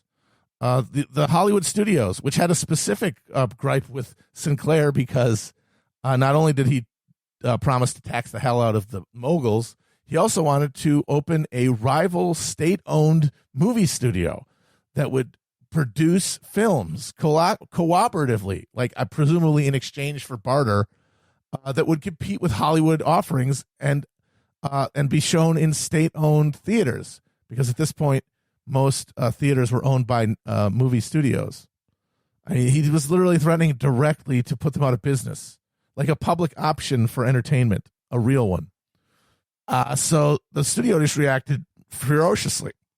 Most publicly, the bigwigs made loud threats about moving the movie studios either back to New York, where they'd fled from, or more realistically, Florida. And a couple of movie bigwigs actually went to Florida to scout where they would put Hollywood East. But the thing is, most people who were close, the closer you were to the business, the more you knew they were lying, and that it was way too much of a hassle to pick up and move. They would just take the haircut because of the massive potential opportunity cost of that kind of physical plant relocation. So they're mostly full of shit, but they said it in the print, and it was printed faithfully. But they also had things like the Merriman tax at every studio. 1 day's pay out of every paycheck was automatically donated to the Frank Merriman campaign. And if you complained about it, you got the boot. The only people who were able to stand up against it were like Jimmy Cagney. But the studios also produced phony newsreels. They created a series of newsreels called Investigative Eye, where a sort of an Errol Morris interrogator would talk to Sinclair, Merriman, and Haight supporters at seeming random, but just so for somehow and they would say relatively anodyne things. Like they'd say, I'm for Sinclair because he's for working people, or I'm for Merriman because he's solid. What really mattered is that the Merriman supporters were all solid middle-class burghers. The Sinclair supporters were scruffy, unkempt, some of them foreign, or disheveled, or minorities. It gave the impression of this is who the coalition is. This is who would win if this candidate won. And they were presented as real news. And they got more brazen as the campaign went on. At one point, they took footage of hobos jumping off a boxcar from a film and put it in a newsreel, claiming it was the result of the hordes of immigrants storming into California on the promise of a handout that they would get from Epic. Now, Sinclair didn't really help his case when it came to the propaganda that was going to be hurled against him, because as soon as he got back from California, he made a huge campaign-defining gaffe at a press conference. They asked him, how is he going to ensure that the White House and the federal government would cooperate with the sweeping reforms that he was talking about? I mean, in certain ways, California would have to be taken out of the monetary system to replace so much of its cash inputs with like command economy. And he said puckishly and sort of ironically, well, I told Harold Ickes, who was one of the inner circle members of the campaign of the New Deal, that half the country's going to move to California, so they better help me out. And at the time, nobody really took anything of it, but one of the more cynical reporters put it out there as Sinclair essentially promising that there would be a hobo army marching on California. And so the press ran with it, and there were posters of hobos, billboards of hobos coming to get you, railroad, newspaper, radio stories about incoming hordes of hobos coming to get you. They're gonna steal the pies off your windowsill and sensuously wiggle their fingerless gloved hands over it. And there was no counter argument because the newspapers were entirely owned by a large capital and were entirely against, to an existential level, Sinclair. So there was nothing even approaching fairness in any level of media. The Times, the San Francisco Chronicle, all the August Gray ladies that we all know, think of as founts of settled knowledge, were all out yellow journalist style, like shit out of James Callender writing for the Jefferson campaign, pure propaganda against Sinclair. There was nothing about Merriman because Merriman was an absolute cipher and a empty suit, and he even probably knew it to an extent, although at one point he did complain that all that money was going out to demonize Sinclair, and nobody said anything about him. But all of it was negative. It was mostly about taken out of context quotes from his books, because he had written radical literature. He had criticized all religious traditions. He criticized all professions and all betrayals of humanity before the almighty dollar. And so that meant there were a lot of quotes, a lot of them just lines of dialogue from characters that weren't even supposed to be the author's actual beliefs in novels, that were splashed on the front page of newspapers every day leading up to the end of the campaign. It was an absolute and a lot of this money was a lot of these messaging was being organized by the very first super PACs, local California operators, specifically a guy named Artie Samish, who was the king of Sacramento lobbyists, brought all of that money together and turned it into a full service campaign shop for messaging, purchasing of airtime and news ads, placement of stuff, production of direct mail material. This is also one of the first campaigns to feature massive direct mail to people. Most of it about how Sinclair was going to send a stew bum to collectivize your icebox. Everyone was together, from Pope to Prime Minister, Guzzo to Metternich, they were all allied against Sinclair in public. And there was obviously a huge backlash from the giant number of people who were in favor of Sinclair and were vehemently in favor of Epic. And they complained and they pointed it out and they wrote their own letters to the editor and they made their own stink about how the media was biased. But it was just peppering the margins of this hegemonic argument that said to people, this man is a communist. This man wants to destroy freedom and happiness in your lifetime. And then if you didn't buy that level of the propaganda claim, then there was the claim of authority that was behind it, behind the claim of persuasion, which was, okay, fine, it would be good. He would be better than this no idea fucking placeholder, this canned ham in a suit. But guess what? We're not going to let him do anything. We're not going to let anything happen. It's all going to be a failure and a disappointment. So why not just give up now? And pretty soon that combination of messages started to work. And Sinclair went on his back foot. And then when that happened, all of a sudden the White House got cold feet about endorsing Sinclair and stopped sending any messages that they were positive to him. They just started saying, we do not comment on state races, and they just cut him off. And at one point, Farley himself had to deny that he had sent a letter to a constituent in California saying that they endorsed Sinclair. That was sent out as like a test balloon in the first week. And then when it came back with that response, they said, no, I do not know this man. They did not. They denied him. One of the so the press did things like, for one thing, they lied brazenly about things like the number of migrants who were arriving in California every day. They claimed that there was a huge spike after Sinclair's nomination that doesn't appear to have actually existed. They at one point pointed out that Sinclair had 3 houses. That lasted for about a week of stories because he did in fact own a small hermit shed, and then he had a modest book-lined home in Pasadena that doubled as his self-publishing company because he wrote so quickly and at such small regard for quality that not a lot of his books got published by reputable publishers.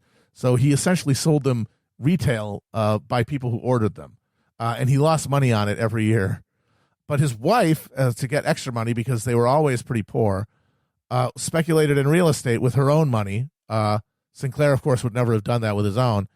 And she basically flipped houses. And at the time of the campaign, they owned and had access to a distressed mansion in Beverly Hills.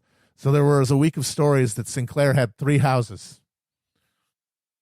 And so the message came down so loud and clear from Capitol to the media in the form of news and entertainment that everyone else got the message, and every system relied against Sinclair, like on college campuses. The deans of UCLA and University of California at Berkeley refused to allow pro-Sinclair speakers on campus, and in fact suspended students who objected to that, which led to a mini free speech on campus controversy where protesters demanding that the students at UC Berkeley be readmitted who had been suspended for demanding to have pro-Sinclair speakers. The speakers were heckled and booed by the fraternity and sorority by the fraternity members and sorority sisters of the school. And at one point, they literally threw tomatoes at them. So if you ever watch an old movie and think, who brought tomatoes to a speech? They used to do that, for real. There's newspaper reports. They tomatoed the students. Yeah, that's right. The right-wingers, they deplatformed the Sinclairite communists with fucking tomatoes. And in the legal system, Republican lawyers began to challenge thousands and thousands and thousands of registrations, claiming that people did not live at the addresses that they had supplied. But the law at the time is that if you were a transient, you could receive mail and vote from an address that was not where you were currently living, as long as you made efforts to change the registration after securing permanent lodging within like a month or so. So these people, a lot of them were transient, but would have a permanent address at a flop house or SRO hotel that they didn't necessarily live at, but which they would vote there. And so those thousands of those sort of registrations were challenged, and a secret list was made and announced of indictments of people who were claimed by Republican lawyers to have illegally registered. And if those people came to vote, they would be subpoenaed and indicted. And no one knew whose name would be on that list because it was secret.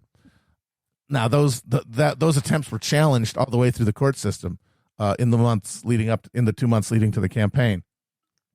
And it actually kind of backfired a little bit on the Republicans because the attempt to challenge registrations was thrown out in court, and the people who came to meet their indictments, who had been indicted, were almost universally given their right to vote back without charge. And by election day, the scheme had been suspended with a lot of public reaction and disturbance at the really awful abuse of the legal system on behalf of a political candidate. But after a month of this, everyone kind of agreed that Sinclair's goose was cooked. There were just too many quotes, too many out of context observations, too many organizations out there saying how evil Sinclair was, saying that Sinclair was a godless, free-loving, perverted quack, a communist who was going to fly the red flag over the Capitol, and he was going to communalize all property, including your wife. They would send some of these front companies would send out circulars, and they all had different names for EPIC. EPIC stood for Elect Parties Endorsing Communism. Everyone pinched in California. End pleasure in California. Endless publicity I crave. Empty promises in California. Endow poorhouses, injure colleges.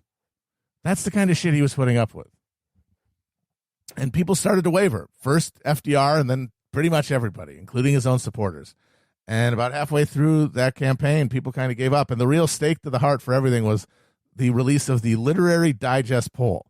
Because scientific polling was still very much in its infancy at this point. There were not a lot of polling with any kind of predictive power. The one poll that people paid attention to in California was put out by this magazine called Literary Digest. They would send a ballot, a sample ballot, randomly to thousands of their subscribers in the state of California. And then over the weeks leading up to the campaign, people would fill it out and mail it back in. It was the only real poll. It was basically every Nate Silver poll aggregate popped into one. And people were very invested in it. And it came out about 3 weeks before the end of the campaign, and it had Sinclair down by a 2-1 margin, just annihilated. And that started sort of a little backlash as the money led up, because people were worried that if they pressed too hard, they would alienate everybody. The display of power would become too vulgar.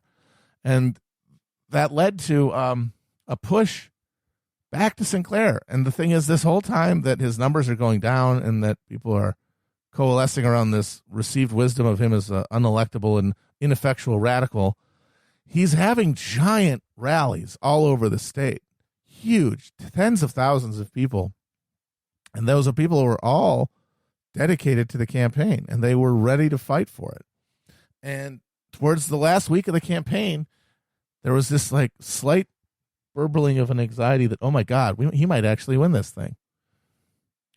And it didn't help that was the exact same time in the campaign when they finally had to wheel Merriman's old ass out to be the alternative to the fanged communist monster Sinclair. And guess what? He was not a very inspiring sight.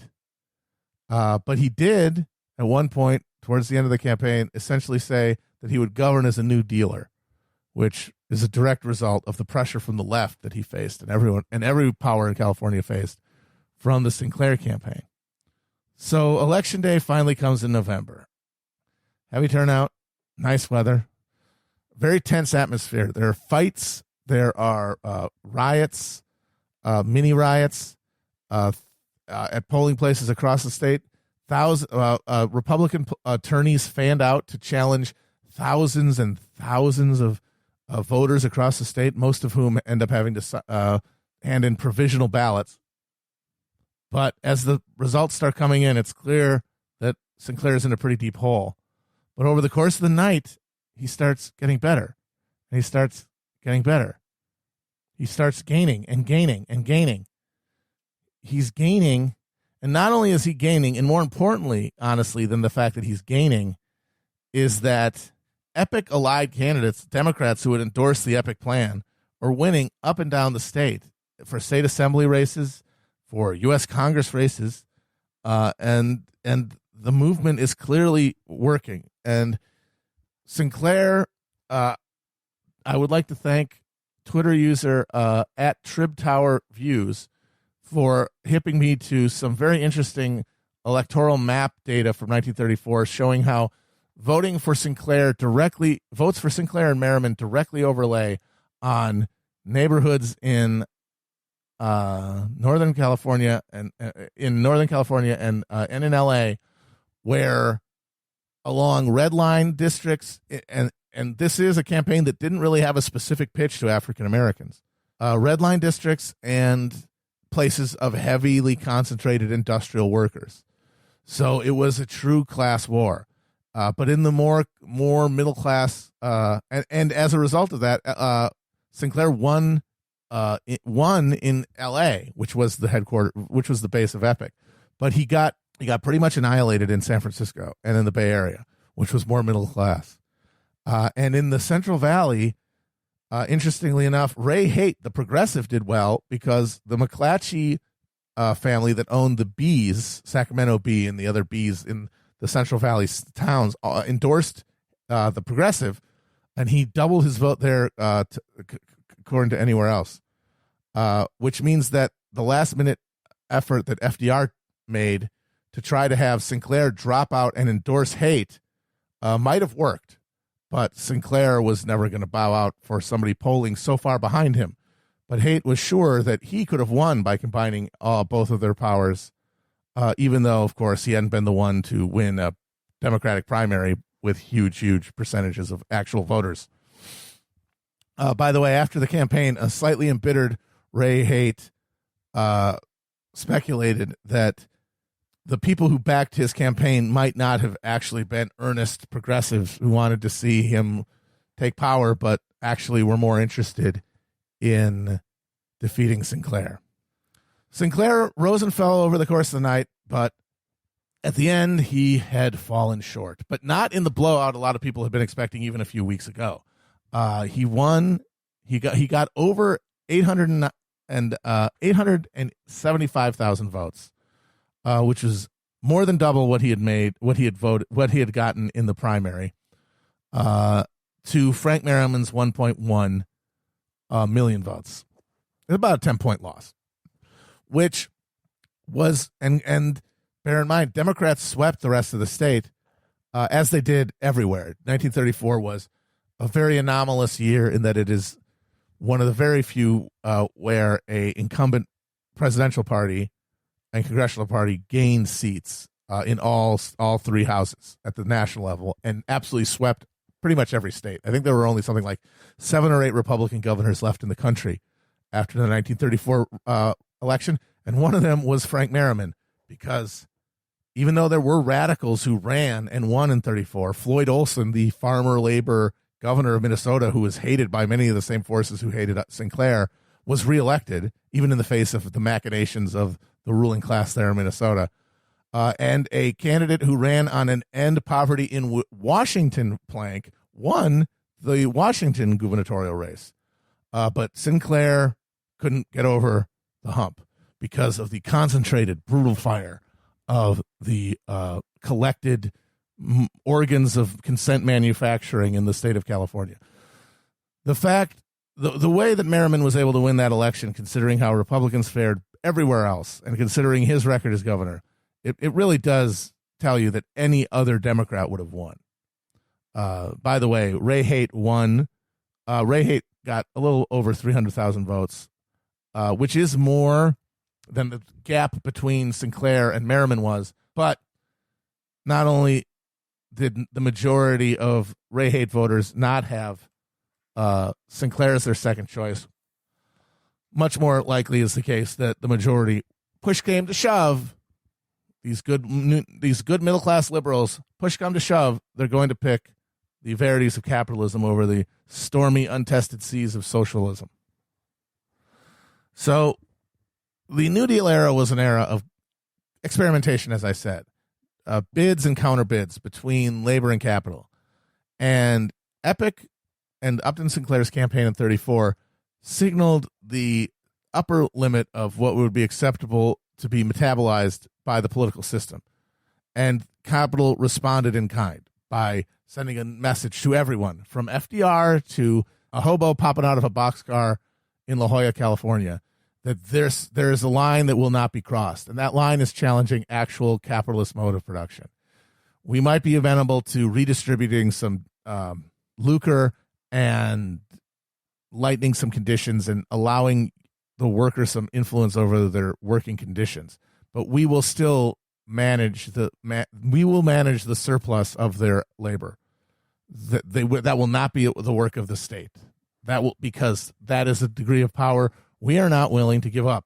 And this election, this outpouring of money, this vulgar display of power by the Democratic or by capital is just a shadow of what would come if people didn't take the message and work down from there. And the degree of capital opposition to Sinclair was so well known that when Sinclair officially lost, his wife broke down in tears of relief. And one of the high-level campaign staffers went over to her and said, "It's okay, none of us wanted him to win." Because he was a frail, old, Puritan flake. He was a pure soul. He was the sort of guy, the sort of ethereal prophet who would get ground into hamburger by the powers arrayed against him, from Sacramento to San Francisco to Hollywood to D.C.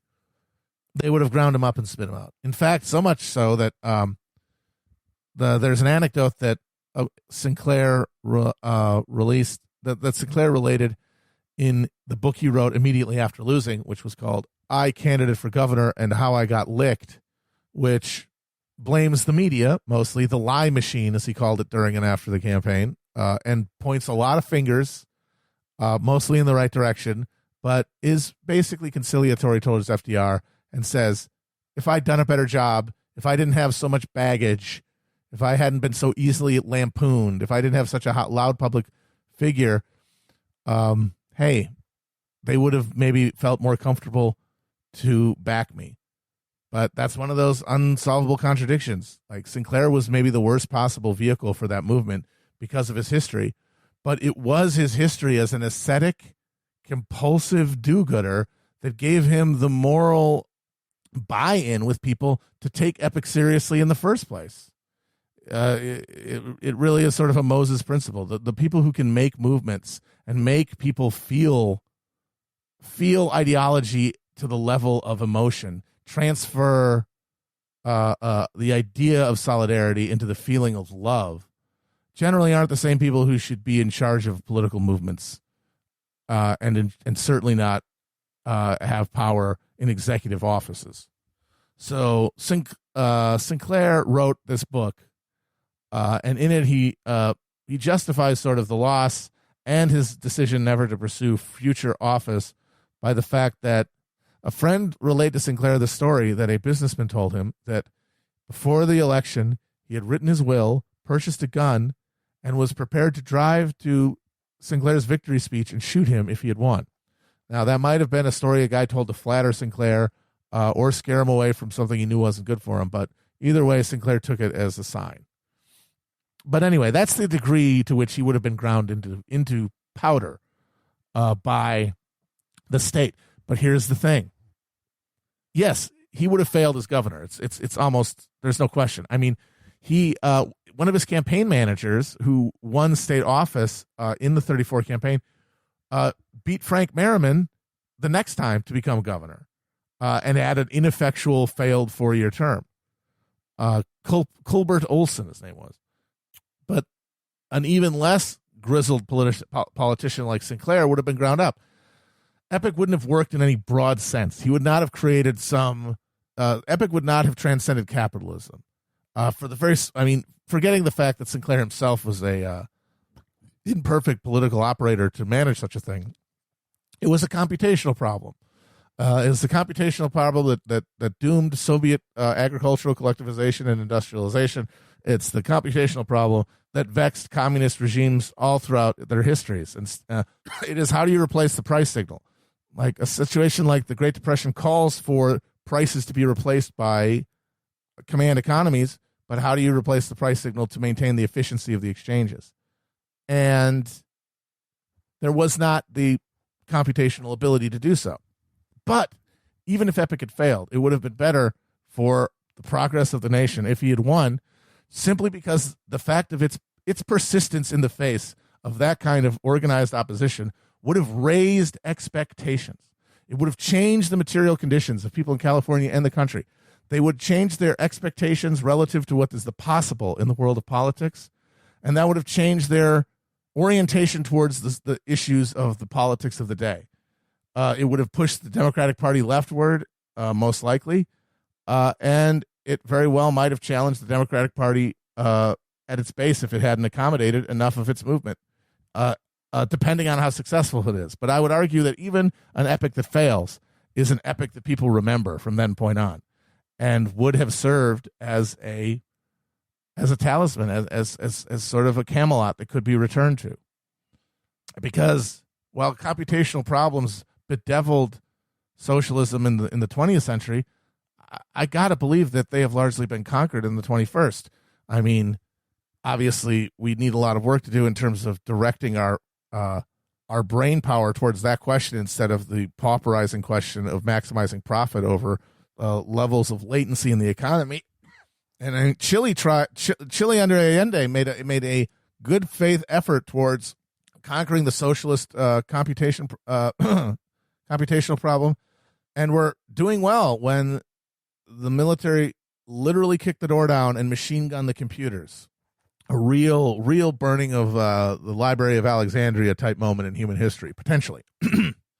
But so that question of computation should be on the agenda for any left movement that's trying to be ambitious. And that question would be more prominent and would have a more salient position in the material reality and material contours of the world if Epic had won, because it would have set us on a course where Epic was a possibility and would have accelerated us towards achieving anything like a freedom that we think that we all as humans deserve. Now, in that same way, through that same twisting of the corkscrew, even though Epic was sold out by the New Deal con artists who merely wanted to rescue capitalism rather than destroy it or transcend it, their victory was another turn of the screw previous, because Sinclair likely doesn't run as a Democrat and get almost a million votes and create a network if he doesn't run as a Democrat. So the task of history is not assigning good or bad valence to decisions and actions. It's to decide whether or not they helped move us ever so slowly in the right direction. Now, Epic itself, you might ask, what happened to that movement? It was more than Sinclair, and it was hundreds, it was tens of thousands of activists and organizers, professional infrastructure of people in offices, and a directory, which Sinclair was still a member of. In the immediate aftermath of Sinclair's loss, Epic was subject to an internal witch hunt led by Sinclair himself, who was wildly phobic of communist influence. He hated the Soviet Union. He hated communism because of his humanism, because he saw repression and saw it did not please him. So he was very phobic of communists, and Epic pretty quickly dissolved from there, breaking up to avoid different takeover attempts by different factions within the internecine left. But Epic still helped start a process that is clearly in an early stage. obviously, but it isn't. It is an incipient act that at a certain point in history we will be able to look back on and see as the first or one of the first moments where the waves begin to reflect off one another and the system starts to gain instead of lose energy. Because we are not, and that time might be coming sooner than we would ever think, because we are right now in a crisis of demand on par with, if not exceeding that of the Great Depression. And the challenge of addressing basic human needs without the cannibalistic, demonic entity of the price signal is more pressing than ever. And that makes concepts like Epic, even though they were kind of harebrained schemes of utopian dreamers who never really had a real job, is still relevant and something we can think of. Because as I said, we have more computing power. We have computing power now that could be harnessed to social ends of the kind that is beyond the wildest dreams of a wild dreamer like Upton Sinclair. And the question then is left to us now. What will we do with it?